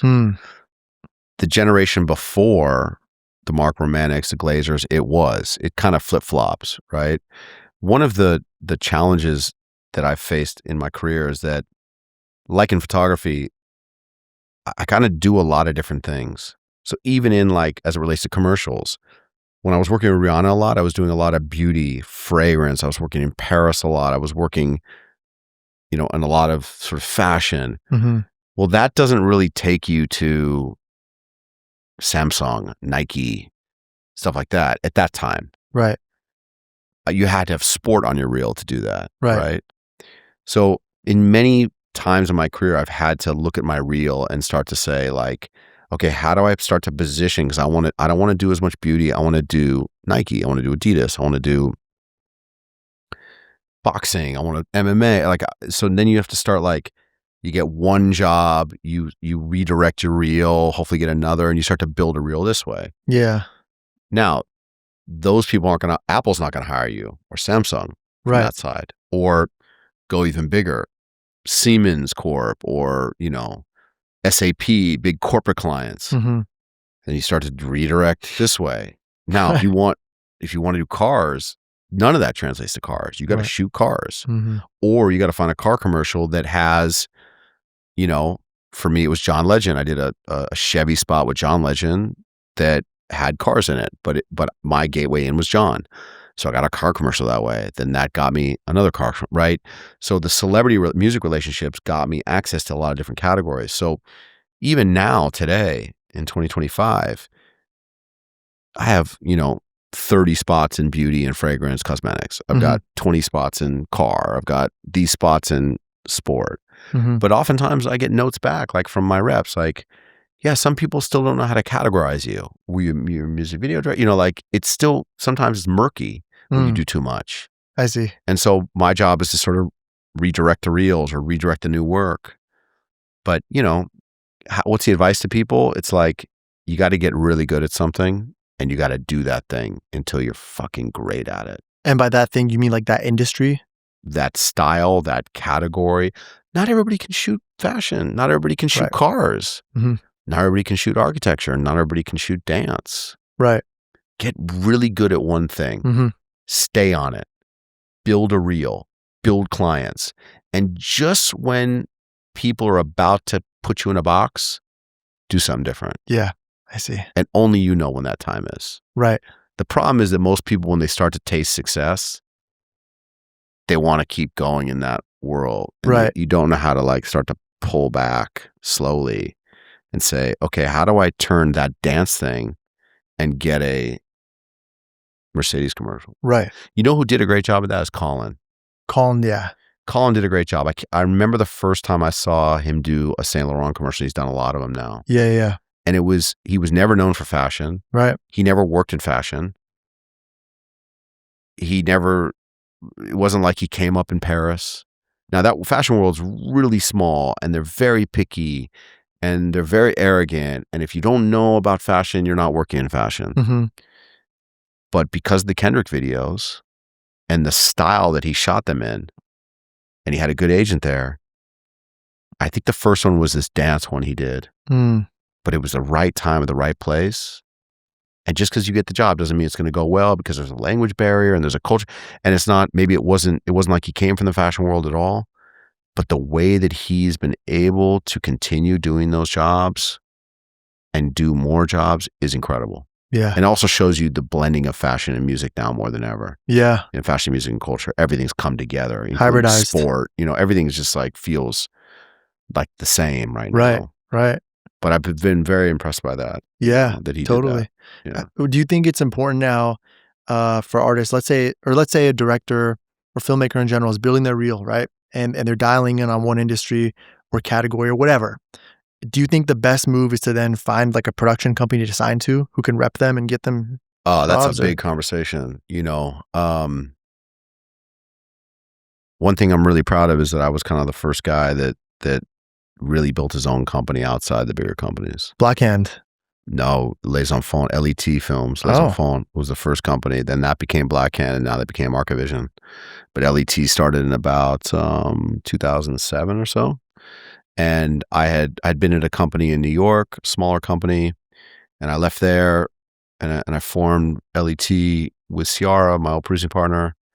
And we were going to maybe sign with HSI at one point. I met with a bunch of companies, but I really enjoyed having control of the production. What happened is that because I had such a successful career in photography, I really understood budgets, and I understood how much things cost. Yep. And so when I went into videos, the company I was at, I didn't like the feeling of them saying, well, you can only have one 18K, you can't have two. And I'm like, this is a $600,000 video. Like, why can't I have 5 18Ks? Right. They're only $3,000 each. Right. And I didn't like those gatekeepers. So I started saying, well, show me the budget. Let me look through it. Well, they didn't like that. They want you're the director, just direct, we'll produce. And obviously I have a percentage of the markup, I profit, so I want to see where the money's going. And, you see some things you don't like, and you're eventually like, well, I'm going to do this on my own. Mm-hmm. And we did it.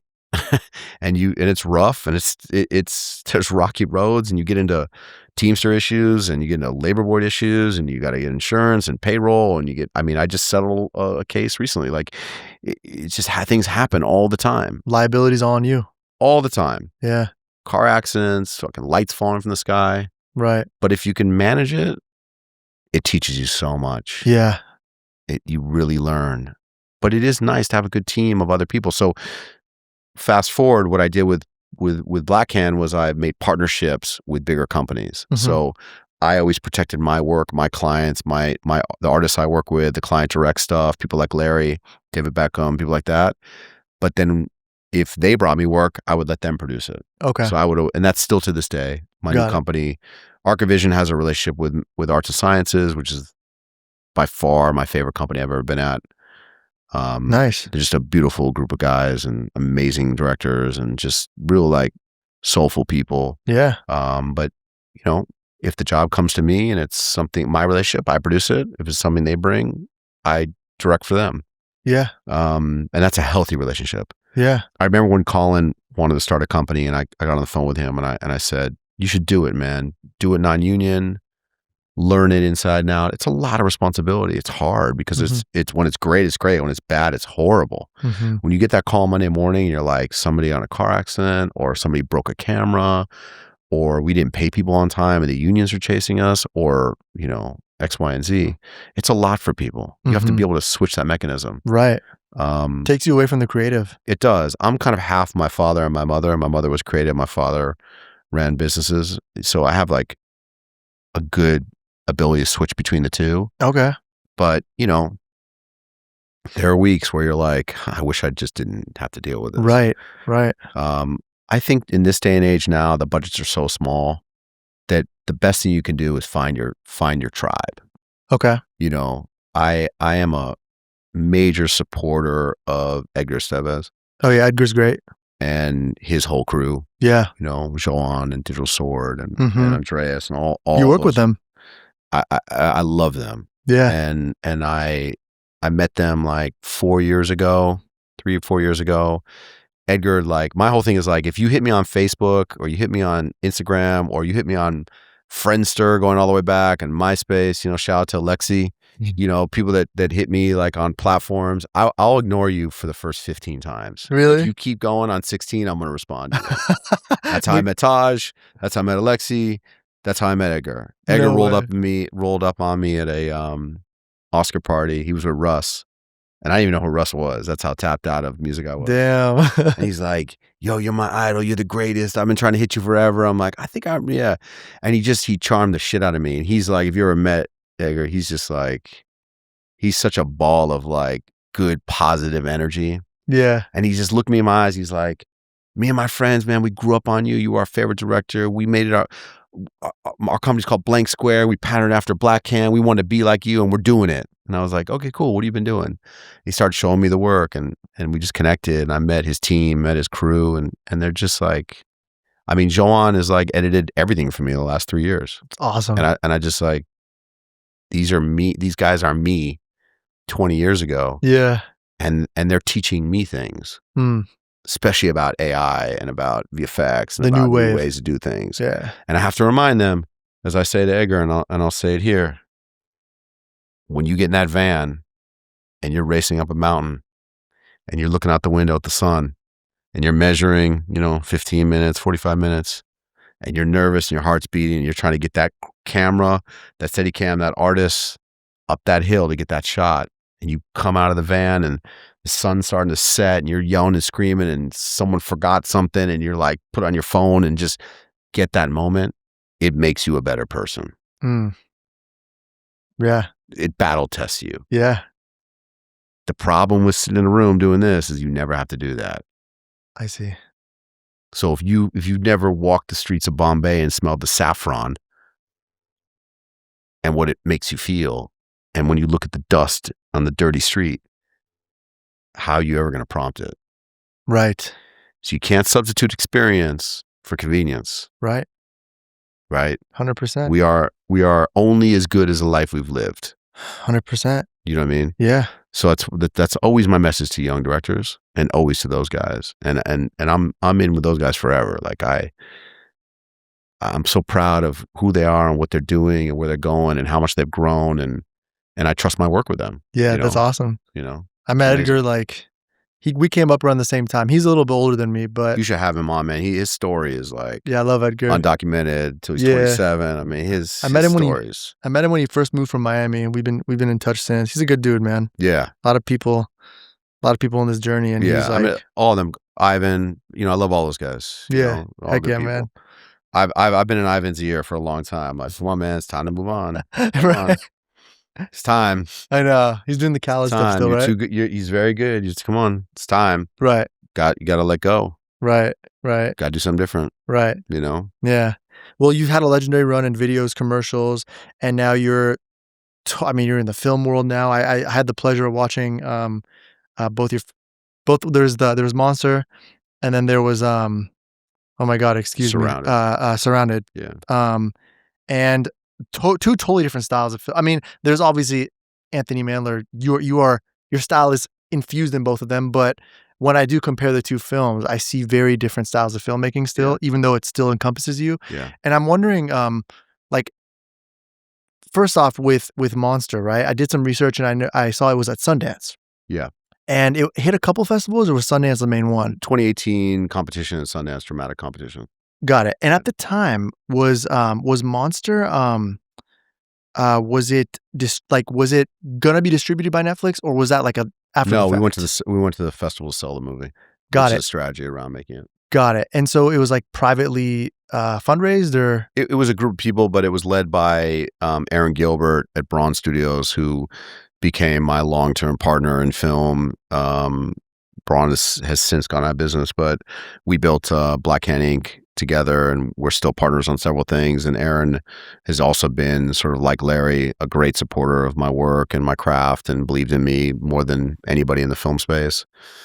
We made Surrounded together, and he's someone that sort of really has honored my craft and who I am. So he sort of was the lead financer on that. Okay. And the strategy is you make the movie and you go to the festival and you sell it. And that was your first movie, yeah? That was my first feature, yeah. First feature. Yeah. How did that happen? I mean, how did you just say, you know what, it's time for this? You know, what moves did you make? Because that's everybody, most directors who are doing short form, a good chunk of them want to get into long form. You know, I've really struggled in this category. You know, I right around the time I did Run This Town, I won my first big studio job, which was the Vlad the Impaler movie with Plan B, which is Brad Pitt's company. James Gray was one of my favorite director-writers, was going to write the script. Charlie Hunnam wrote the original script, the actor. And it was a retelling of the vampire mythology before he turned into a monster. It was about the man, Vlad Dracul. And it was going to be a big movie, $85-90 million. We spent a couple years developing, 2010, 2011. Actually, when I met my wife, I was prepping to maybe leave to make this movie. And about a month before we were going to go into pre-production, the two studios merged and the movie got caught between the merger. And essentially they were going to tell us it was going to be 2 more years till we could make it. Ugh. And it kind of just fell apart. Ugh. And that was my first taste in like almost getting there. Yeah. I signed on to probably another 6 or 7 studio movies at that time. Tokyo Vice I developed that as a film for 3 years, and that fell apart and became a TV show. I was on the Houdini movie, which was amazing. That fell apart. Just a ton of stuff. And it's really, at some point, you really it's like chops you at your feet a little bit. And you start to realize like, you can't control that system. Right. There's so many gatekeepers. There's so many decisions. You can't muscle your way through it like you do in videos or commercials or photo. Right. What happens to that each one gets chopped? Like, was there like a common through line that kept happening, you know? They're all, I remember my manager at the time said, man, you have the worst luck. And I kind of laughed and I was like, yeah, you're so mad. Weird. Because I've had such success in so many other areas. Right. But the truth is, like, I'll remind you, like, I wanted to be a filmmaker. I became a photographer because I couldn't get that first movie made. I did not take off as a video director at first. Didn't happen until I was 32. Mm-hmm. I got a lot of pushback in commercials, but eventually found my way in the right place. And even today, after making, you know, two features and 2 docs, I'm still, you know, been sort of on the goal line of this new movie I'm about to make for a year with Sam Jackson, like on the starting line. Things don't come easy for me. It might look that way when you look back at it, but it's kind of like it condenses the truth about how hard things are to do when you kind of look at it from the front, right? You know, or from the top. But if you were on the ride with me, you understand it's been 25 years. I've been working and in it. Yeah. And so those years between like 2009 and 2016, I probably had 8 projects fall apart. Oh. And what's interesting is that the Houdini was a big movie. It was a $120 million movie with Johnny Depp. And our goal was to take Johnny off and get it made for like 90 million. And studio was excited about it. And then they weren't excited about it anymore. And I remember saying to my agent, you know, I think I'm done. I think I'm not going to try anymore. I think I'm just going to live this great life as a commercial director. Maybe I'll make videos, photographer, just stay here. And it hurt to say that because that was my dream. Yeah. That's what I studied. That's what my mother taught me. That's what I went to film school for. I really felt like I can do this. I can really tell great stories. And about 2 months later, he called me. He's like, look, there's this little movie. Because everything I was doing was, you know, 40 million, 50, 80, right? Big studio films. But it reflected the kind of commercials, the big $1 million days. Right. There's this little movie. It's going to be like $6.5 million. It's based on this book, Monster. I think you should read it. And I think as a filmmaker, you've got to find something about the character that you identify with. Mm-hmm. I think what's been distorted in the recent years is that the filmmaker has to actually be the character, meaning a man shouldn't direct a woman's story, a woman shouldn't direct a man's story, you know, the race issue across. I don't believe in that. Right. If someone from Taiwan wants to make a Holocaust movie and they do it in an authentic way from their heart and it's honest to them and they really understand it from the inside out, then they should make that. That's the director. Our job is to create a lens of culture. Yeah. We don't have to be that culture. We can actually be an outsider to that culture. Right. Right. I mean, you have a lot of experience. I'm assuming because it was an African-American story. Yes. And so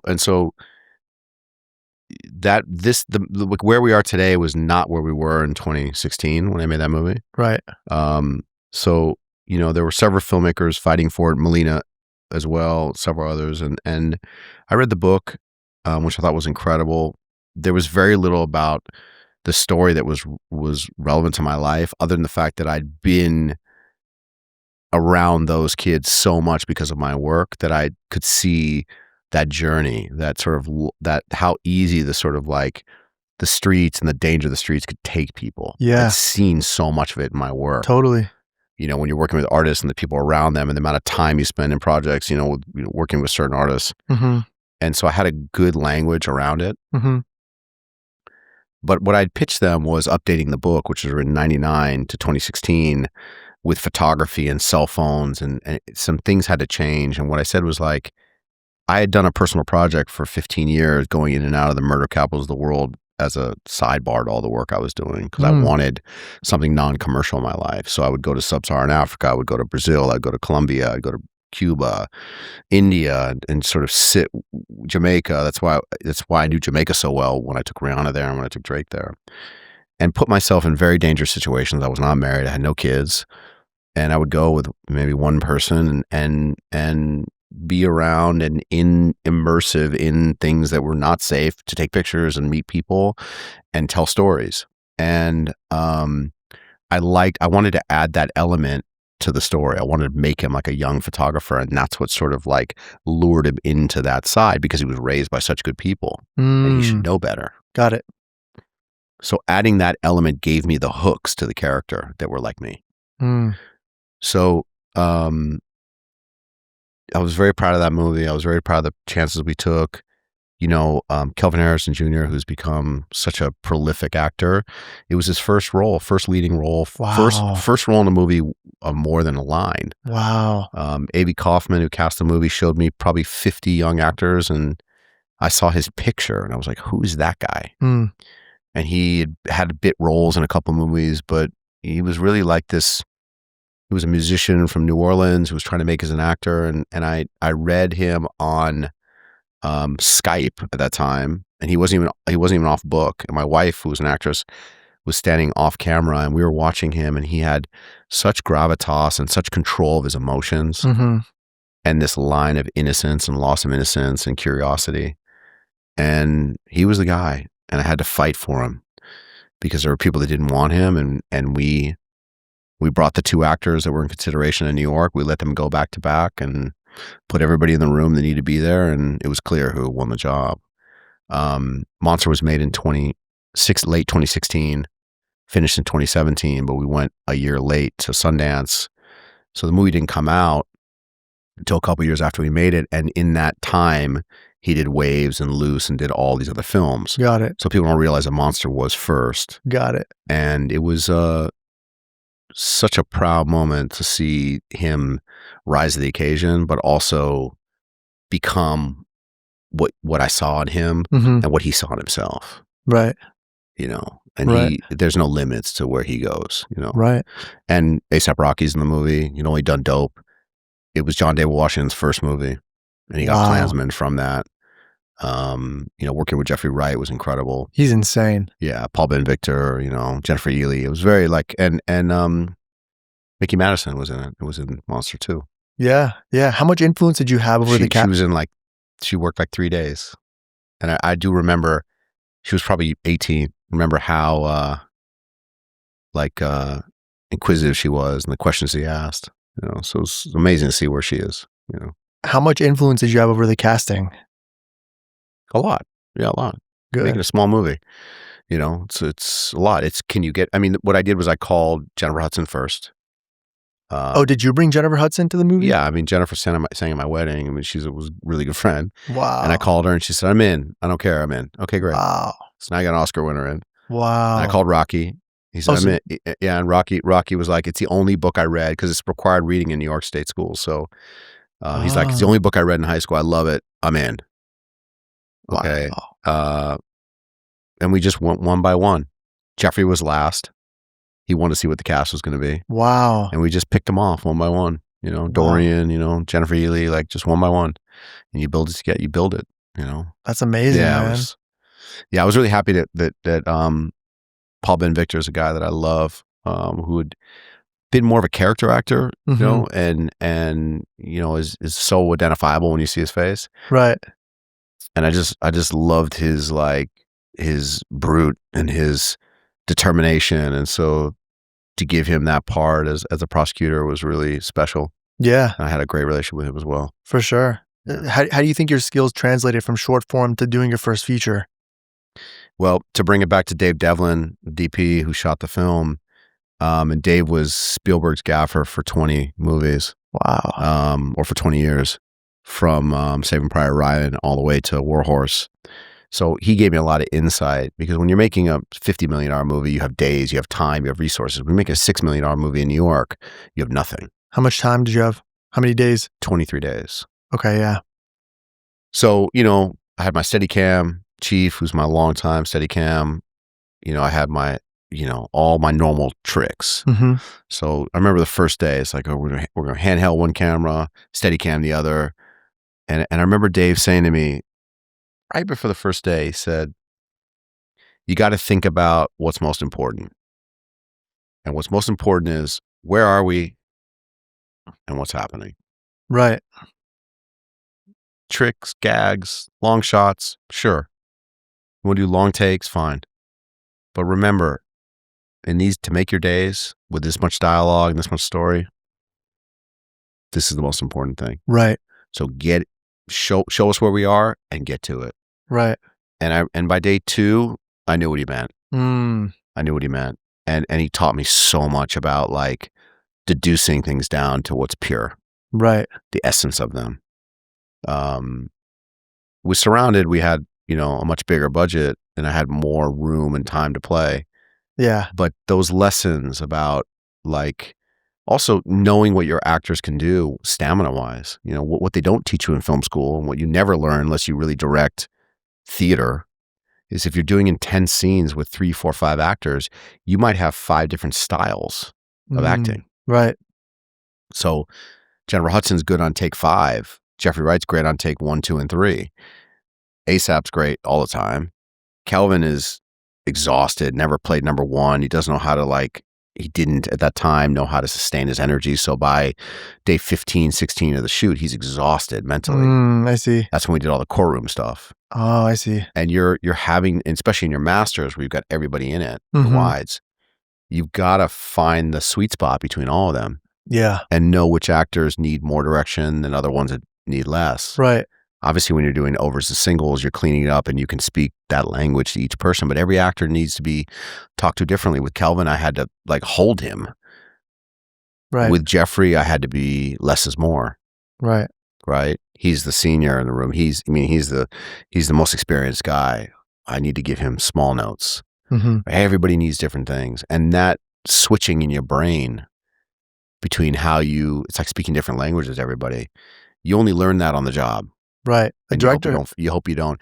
Because every director will tell you, when you're talking to an actor and you're mixing your words, or you're not being clear, or you're talking, you can see in their eyes, they start to get confused. And you say, oh, we good? Okay, great. And you walk away, and every time, 2 seconds later, oh, no, hold on. Did you mean that? And they'll ask you another question. You know, fuck. Yeah. That's bad. I was not clear enough. Right. Made you a better communicator. Definitely. I think that's one thing as well that we may not always get from directing artists. Actually, question for you. What was the main difference between directing artists for music videos and directing films, or directing actors in films? Well, they're 2 different worlds. Right. I mean, directing an artist sometimes is just using adjectives, you know, or verbs, you know, louder, softer, more this, more that. With an actor, you know, you can say to a musician, do it like this. With an actor, you never want to say that. Okay. The curse is like, well, just say it like this and actually do that. I mean, that's the fastest way to lose respect of an actor. Right. Unless you're a great actor who's directing, right? I see. You have to lead them to it and let them take ownership over it. Right. You're speaking around it to let them take ownership of it. I see. Right? You're not playing like, that's line reading, basically, as they say. You never want to line read an actor, you know? Right. It's very disrespectful. Yeah. At least I feel that. I see. So you go back to casting. You go back to like, am I casting the right people? Right.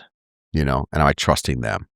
You know, the thing about actors is tough is that a working actor will play someone else most of their life. Right. Yeah. So how do you know how to talk to somebody? How do you make a relationship with them? How long? I mean, sometimes like with Jeffrey Wright, he's coming a couple days before you start shooting. You have a dinner, you sit down, you talk about the character, you get a couple hours, and then you're asking him for trust. You know, or he's just going to do what he does. Right. Which you see in a lot of actors. They just do what they do in every movie. You can see the director's not gotten them. That's what's great about Tarantino, right? He gets that other thing out of people. You know, Nolan, they get that other thing. Wes Anderson, P.T., they're able to, Damien Chazelle, take a guy like Ryan Gosling, get him out of his comfort zone. I see. And he didn't do that by saying, hey, I want to take you out of your comfort zone. He tricked him. Right. You lead him this way, you lead him that way. You create this path that they have ownership over, but ultimately, you know, you set the landscape for them. Ultimately comes down to communication. And how you communicate. It's not always about being honest either. Explain. Sometimes you're not being honest with them. You're telling them something because you want them to say something that's going to kick off something else over here. You hear stories about directors going up to an actor and whispering something in their ear, but that actor doesn't hear it. So they're going to do something that's going to hopefully kick them to do something different, to react. Right? So it's theater in that way. You know? Right. I see.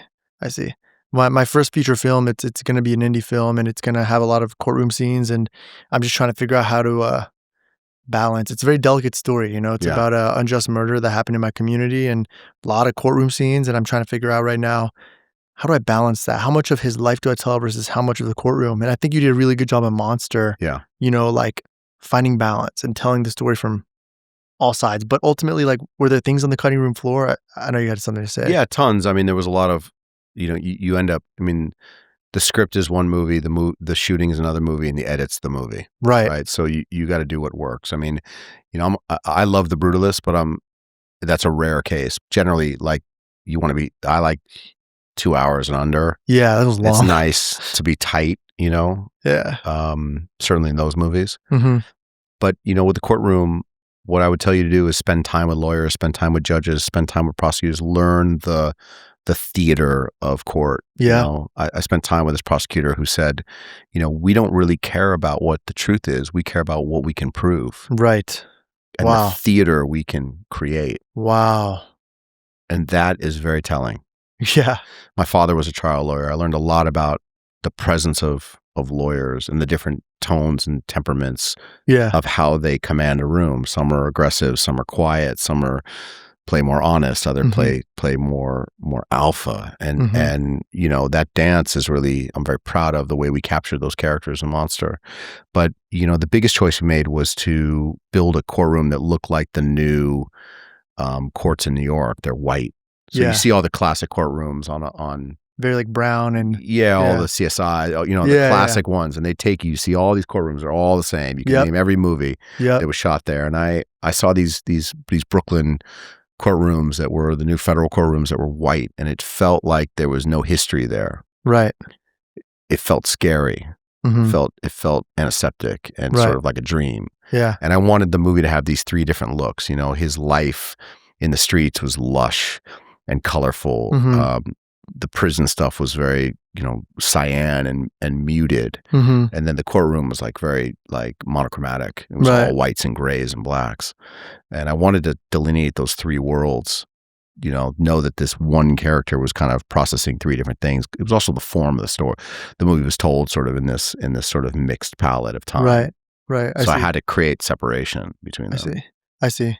I was looking back at an interview you did, and you said that you're not a writer because your mother, who was, I believe, was she a writer too? Yeah, my mother was a writer. So your mother said that she convinced you to respect the craft of writing too much, right? And so how has that shaped the way you collaborate with writers today? Because you're not credited as a writer on these films. No, right? I'm not. I'm not a writer. What my mother taught me was you got to pick one or the other. You're generally a writer or a director. Why can't you do both? Well, they're two different mindsets. It's very hard to have both skills. I think if you take an honest look at the history of cinema, an honest look, okay, and say what films were written and directed by one person, that there was no one better to do either one of those jobs. And I can only name like 5 people. Who would you say? Woody Allen, Tarantino, P.T. Anderson, Wes Anderson, Oliver Stone. Nolan doesn't write his movies. His brother writes them. I mean, pure, one credit, writer, director. Got it. There's very few. Very few, yeah. Very, very few. Right. And there's plenty of writers that direct. I mean, like David Mamet, all due respect, I love his writing. I don't love his directing. I see. And there are plenty of directors that definitely shouldn't have been writing. I see. Solely, you're saying, like on their own. Yeah. Yeah. There's plenty of directors that write with people. There's tons and tons of them. Yeah. Going back to Fellini and Antonioni and Truffaut and all the people. Right. Sure. Coppola, Scorsese, but directing is a very different craft, and writing is editing. Right? Writing and editing are the same. It's all about rewriting and re-editing. I see. And those are the hardest things for me. Edit is the hardest part for me. It's daunting, it's scary, it's lonely, it's sad. Because you're like, oh God, look at all that stuff we're not using. And is there a better shot? Like everything I've ever done, I believe there's a better version of it. I see what you're saying. I agree. It's a matrix of forever. Like you just all that stuff on the floor. And everybody would edit it differently. I agree with you. It's horrible. And so I think it's okay when you're starting to say, I want to write and direct something. But maybe you're just not looking up at the person standing next to you that's actually a better writer. Right. And the collaboration is the magic. So how does it affect me now? I take a lot of pride and a lot of humility in working with writers. I love working with writers. I love being part of the process. I love throwing ideas. I love analyzing, but I don't ever write the pages. They do.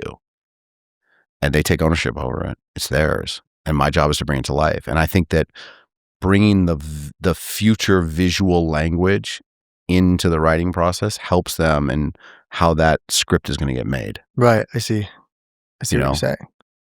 I would shoot this like this, and I would love if this happened, and I think that character could react this way. So maybe what they're saying is not right. It should be this. What do you think?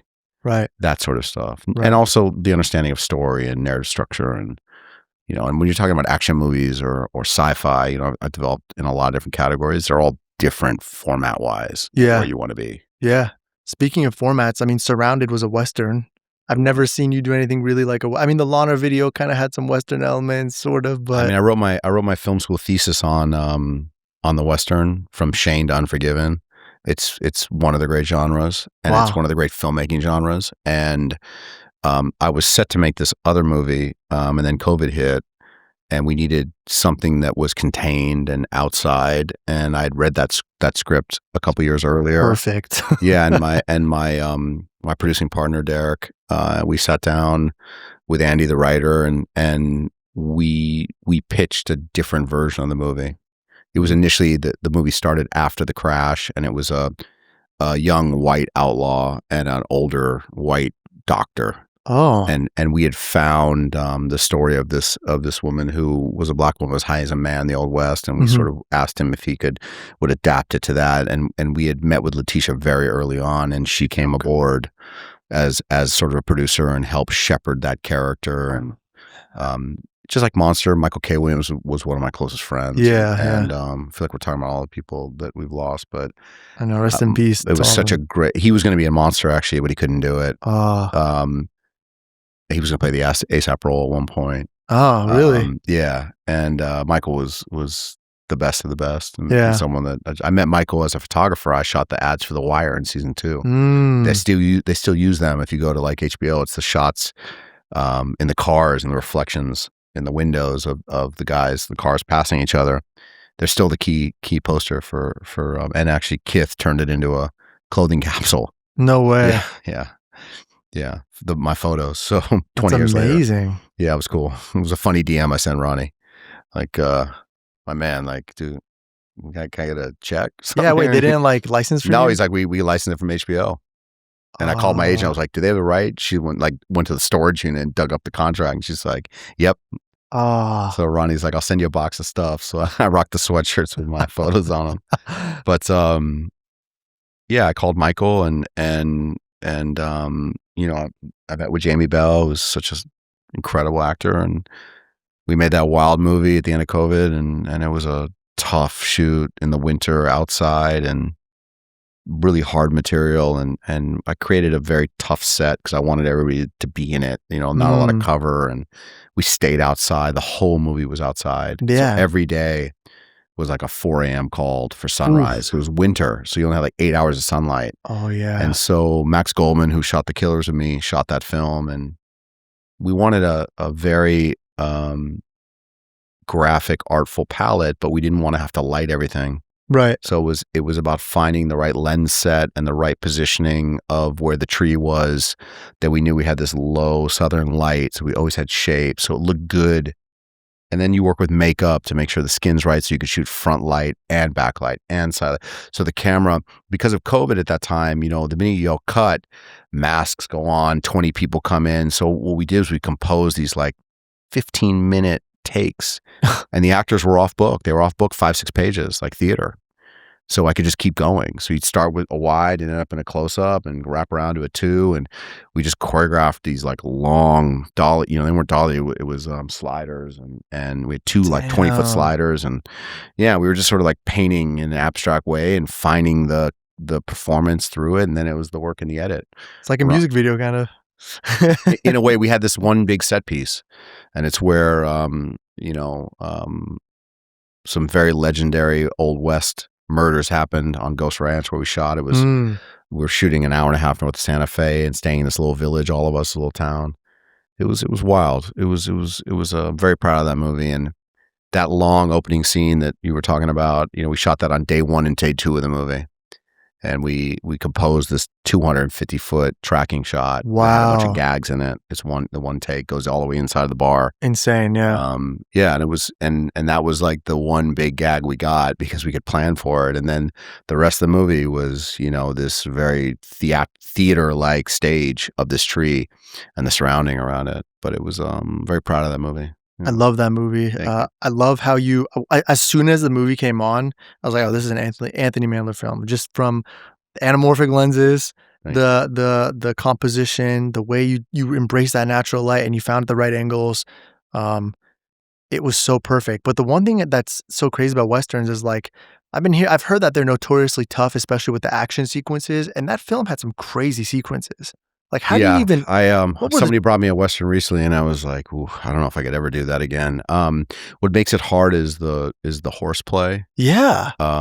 And unfortunately, John Ford and Sergio Leone, all these great Western directors, they slaughtered like millions of not millions, hundreds of thousands of horses over decades. And it was like the global. Like they would just kill horses and, you know, they'd jump them off, ride them off cliffs. And so the Animal Humane Society is very, very aggressive about horses, and you have to get multiples of the horses, and it's very complicated. You can't ride them that long, and it's just slow. And then when you add stagecoaches to it and you add gunfire, it's a lot. Those took several days, huh? Yeah, it's hard, and you don't have several days. We made that movie in 25 days. I see. And you've got to like simplify it. And I wanted the action to sort of be strong but not dominate, you know. Yeah. So it spikes and peaks, and she's a sharpshooter, so a lot of times it's just one shot, and that's the effect of it. But it was also getting the gunplay right. Right. You know, obviously the very sad story about Rust and what happened in New Mexico a couple years after we made that. And that's, you know, a crew that's not preparing their actors and not taking safety measures. And, you know, there's a safe way to do armory and do gunplay. And if you do it right, no one gets hurt. But when someone makes a simple mistake, people's lives are at risk. It's a really senseless, you know, to lose amazing cinematographer and mother and whatnot on Rust. But it was very challenging. I don't know if I could ever go back to the Old West again. As much as I love it. No, I mean, that's a perfect mark for your legacy. Like, you have your Western film. It's like, it's well done, and on to the next. And speaking of that, is there anything else in development right now? Film-wise? Yeah, I mean, what seems to be next is a movie called Head Games, which is a sort of propulsive psychological thriller set in a kind of like sci-fi, you know, mind control world, starring Sam Jackson. It's nice. Yeah, it's got like a vibe of Ex Machina, you know. I love that movie. Yeah, it takes place at like mainly at one location on an island, supposed to be Greece, at this very big house that's been sort of rehabbed into a science sort of center. I see how it's like Ex Machina vibes. Yeah, just a little bit, but it's it centers around a character that's doing this radical MRI stuff where he's scanning people and sort of stealing their memories and their emotions, and he can take them and give them to other people. So it has a sense of mind control involved in it. It's based on real technology coming out of Japan. Wow, it's pretty cool. Yeah, so your main character, you know, that doesn't really know if what he's seeing is actually happening at some point, you know, because he's being manipulated by this scientist. It's exciting. That's exciting, man. I got a great crew, great writer, great script. Very excited. That should hopefully be starting in the fall. But I'm developing a really cool film called Butcher of Brooklyn and a couple of really exciting things. But, you know, we'll see. AI seems to be coming fast at everything and everyone. So maybe we'll make some of these movies in AI. Are you scared about AI? I'm scared because I love holding a camera and being on set. I'm spending a lot of time learning it and studying it and stress testing what's possible right now, because I think that within a couple of years, a great portion of the movies will be made that way. And you listen, you know, I've had 10 movies fall apart. Have an amazing script called Dark Star that I developed with an incredible writer and team, and it's probably a $45 million movie. We could probably make it for $2 million in AI, and it takes place in space. People are wearing helmets, right? So it's great to work with amazing actors, but sometimes we have to look at, like, you know, could you make a Marvel movie where they don't take the masks off, or they only take it off 10% of the time? Would it be as good? It might be. Could you make that disaster movie you always wanted to make, you know, that's too high a budget? Could we find the next Star Wars, you know? Right. Or Dune, you know? Is Dune great because of the world or because of the actors? I would say that the cinema of the world and the story and the messaging that the actors are able to sort of convey is incredible. But if none of those actors were stars, I'd still love the movie. Right. And so maybe a movie that cost $250 million could be made for $2 million. Yeah, it's going to happen inevitably. It's already happening. We're going to see an Oscar film winning Best Picture, Best Everything that's made for like $500,000. Just watch. Listen, I guarantee you there's a young filmmaker in Lagos, Nigeria, or the hills of Peru that is writing an idea that he will take, or she will take, to someone that knows how to prompt. Yep. And in 5 years, that will be a major film.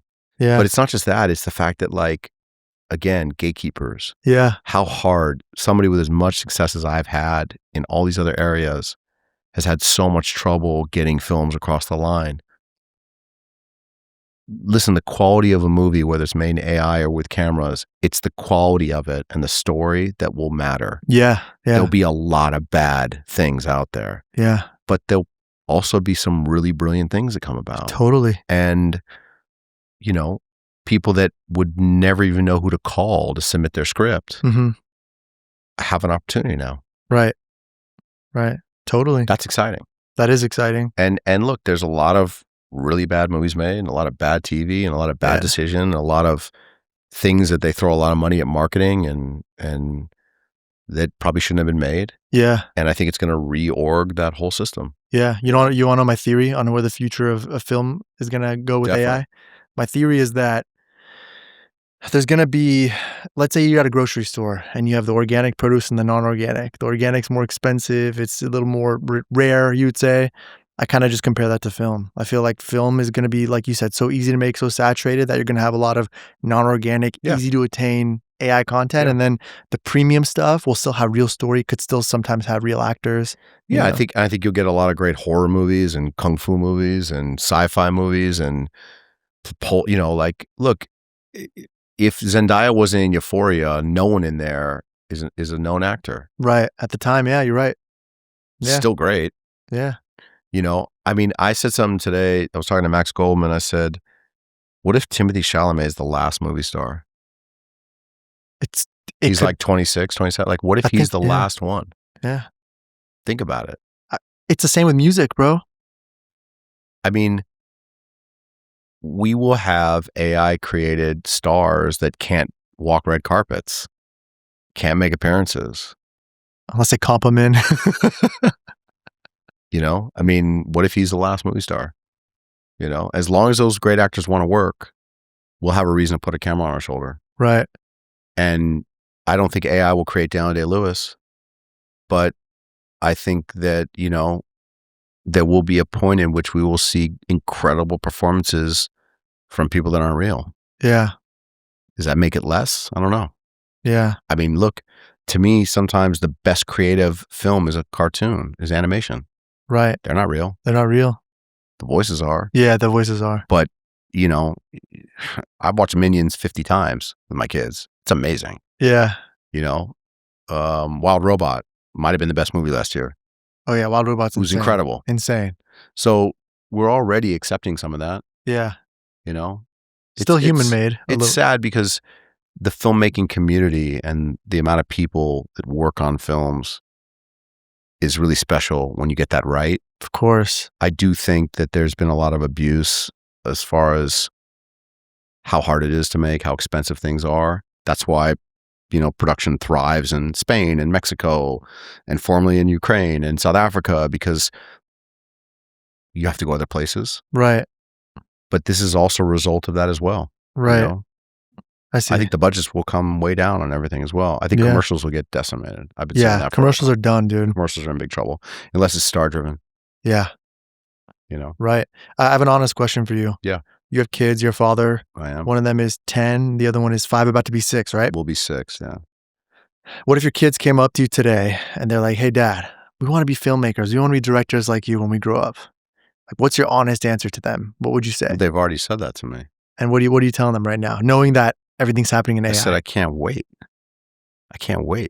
Okay. My kids both have cameras, analog cameras, digital cameras. My son is 6. He goes to coding school.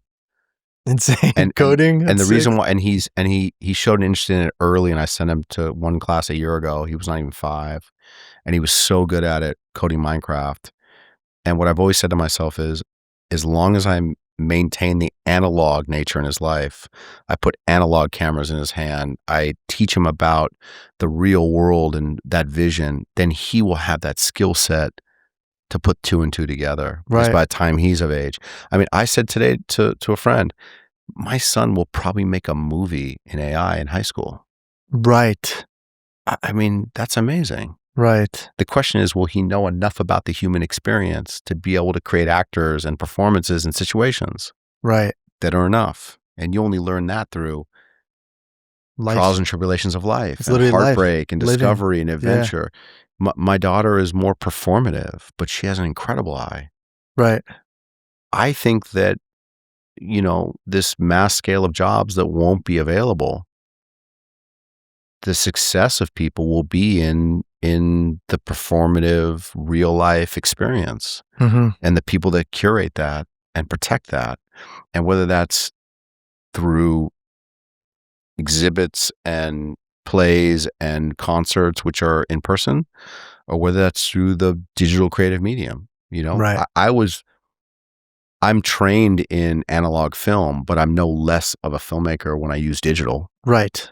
Right. It's still about the quality of what I'm doing. It's still about the story, what you're trying to say. What I don't like about it is that you sit in a dark room and you're not out there. Right. Because that is maybe a more interesting person and a better person. Right.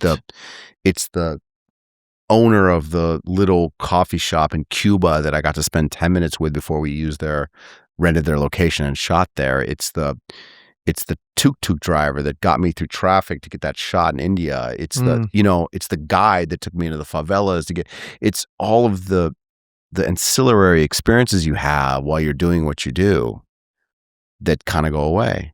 Right. I think it's going to be a while till it fully goes away. Right. But in 50 years, these cameras will be obsolete. Yeah, man. In 10 years, they'll be obsolete. Yeah, 100%. So then technology stops evolving, right? Like, what's Panavision going to make? Right. They're going to make like 360 cubes that just scan the room, Panavision LiDAR scanners. Yeah. And then where does the phone go at that point? Is it in our brain? In our brain, yeah, right? Of course. Future's kind of... It's moving very fast, and it's existential how fast it is. Yeah. And it's scary. It's wiping, we need to go from COVID and the existential nature of COVID and how susceptible we are to our lives changing overnight to now AI doing it to our systems. Yeah.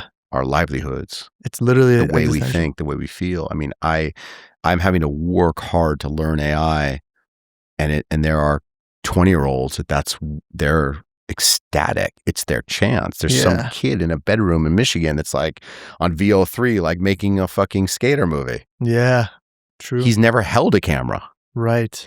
But he knows he likes Tarantino and he likes this and he likes that and he wants to look like John Wick, and all of a sudden he's prompting and it's probably coming out great. Yeah. Yeah. So, it's natural selection in a way, right? It's evolution. Right. Yeah. We're talking about UBI, universal basic income, and yeah, I mean, we could see a lot of real wild stuff. I had lunch with a friend of mine who's very, very on the inside of technology, who a year ago told me this was going to happen.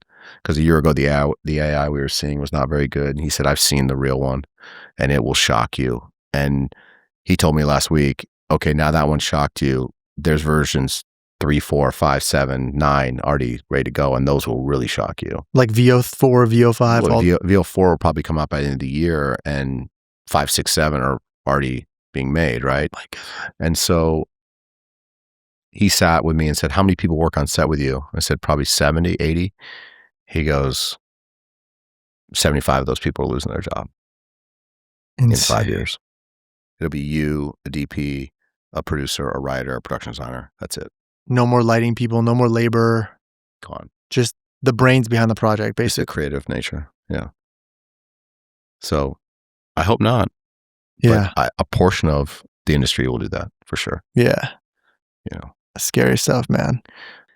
There's two things I want to ask. The first one is like fatherhood. Like how has fatherhood changed your relationship to storytelling or your ambition or what you want for your life or your family's life now, Well, it changes you, and it systematically changes you and your DNA. Mm-hmm. It makes you more sensitive. It makes you feel love differently. It allows you to communicate differently. I remember just, having to talk to children on sets before I had kids. And I was like, how do I talk to this kid? I felt like Rodney Dangerfield from Easy Money. Like, how do I talk to this kid? And then when you have a child, you know exactly how to talk to them. Right. Like it just expands your mind, being, and soul in ways that everybody talks about. Right. It's true. Mm-hmm. And my kids are the center of my world. And, you watch speeches about people. What's your most proud moment? My most proud moment was having my kids, right? That's what everybody says. And it's right. It's true. You hear cheesy lines in movies like, I just wanted my kids to be proud of me. Mm-hmm. And I remember hearing those lines like, okay, what does that mean? And then when you have kids, you just think like, when my life is coming to an end, you want your kids to look at you and say, you were the best guide and father, and I'm proud of you. Yeah. I'm proud of who you were to us. Because my father was that for me. Yeah. I love that. It still is. It's amazing you had the relationship. To have that person that kept you in that path, and guided you. Learning how to parent, there's no book, right? You're learning as it goes. Mm-hmm. You can learn from one, firstborn to second to third and make changes, but every kid's different. You can't parent your kids the same way. I parent my daughter differently than I parent my son because they understand things differently. Right. Based on their personalities. So again, communication, paramount. Yeah. And it fills you with more love. Right. It fills you with more humility. Right. Beautiful. Yeah. I got one last thing for us. You ready? Okay, I'm ready. It's a little fun thing I like to do with all the guests at the very end of our episodes. Switching up the vibes, switching up the colors. Sick. I have here. We're in Hotline Bling. A little Hotline Bling action. Yeah. I got a deck of cards here. Okay. It's 50 questions. All you need to do is draw one. You could draw from the top. You could shuffle, draw from the middle. Just find a card. I don't even want you to look and choose one. Just intuitively draw one, read the question, and answer from the bottom of your heart. It's a whole wide range of questions.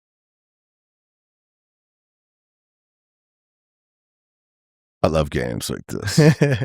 Custom ourselves cards. This is fun. Well, because I have kids and my daughter likes to cheat when we play cards because she likes to fix the deck. That's her trick. She likes to pre-set up the games and rig the deck. Love that. My wife knows. Everybody knows. So I got to be a little more clever. So I'm going to do this kind of thing and really make it organic. You got the card. I got it. Okay. So am I going to read this out loud? Yeah, read it out loud. Okay.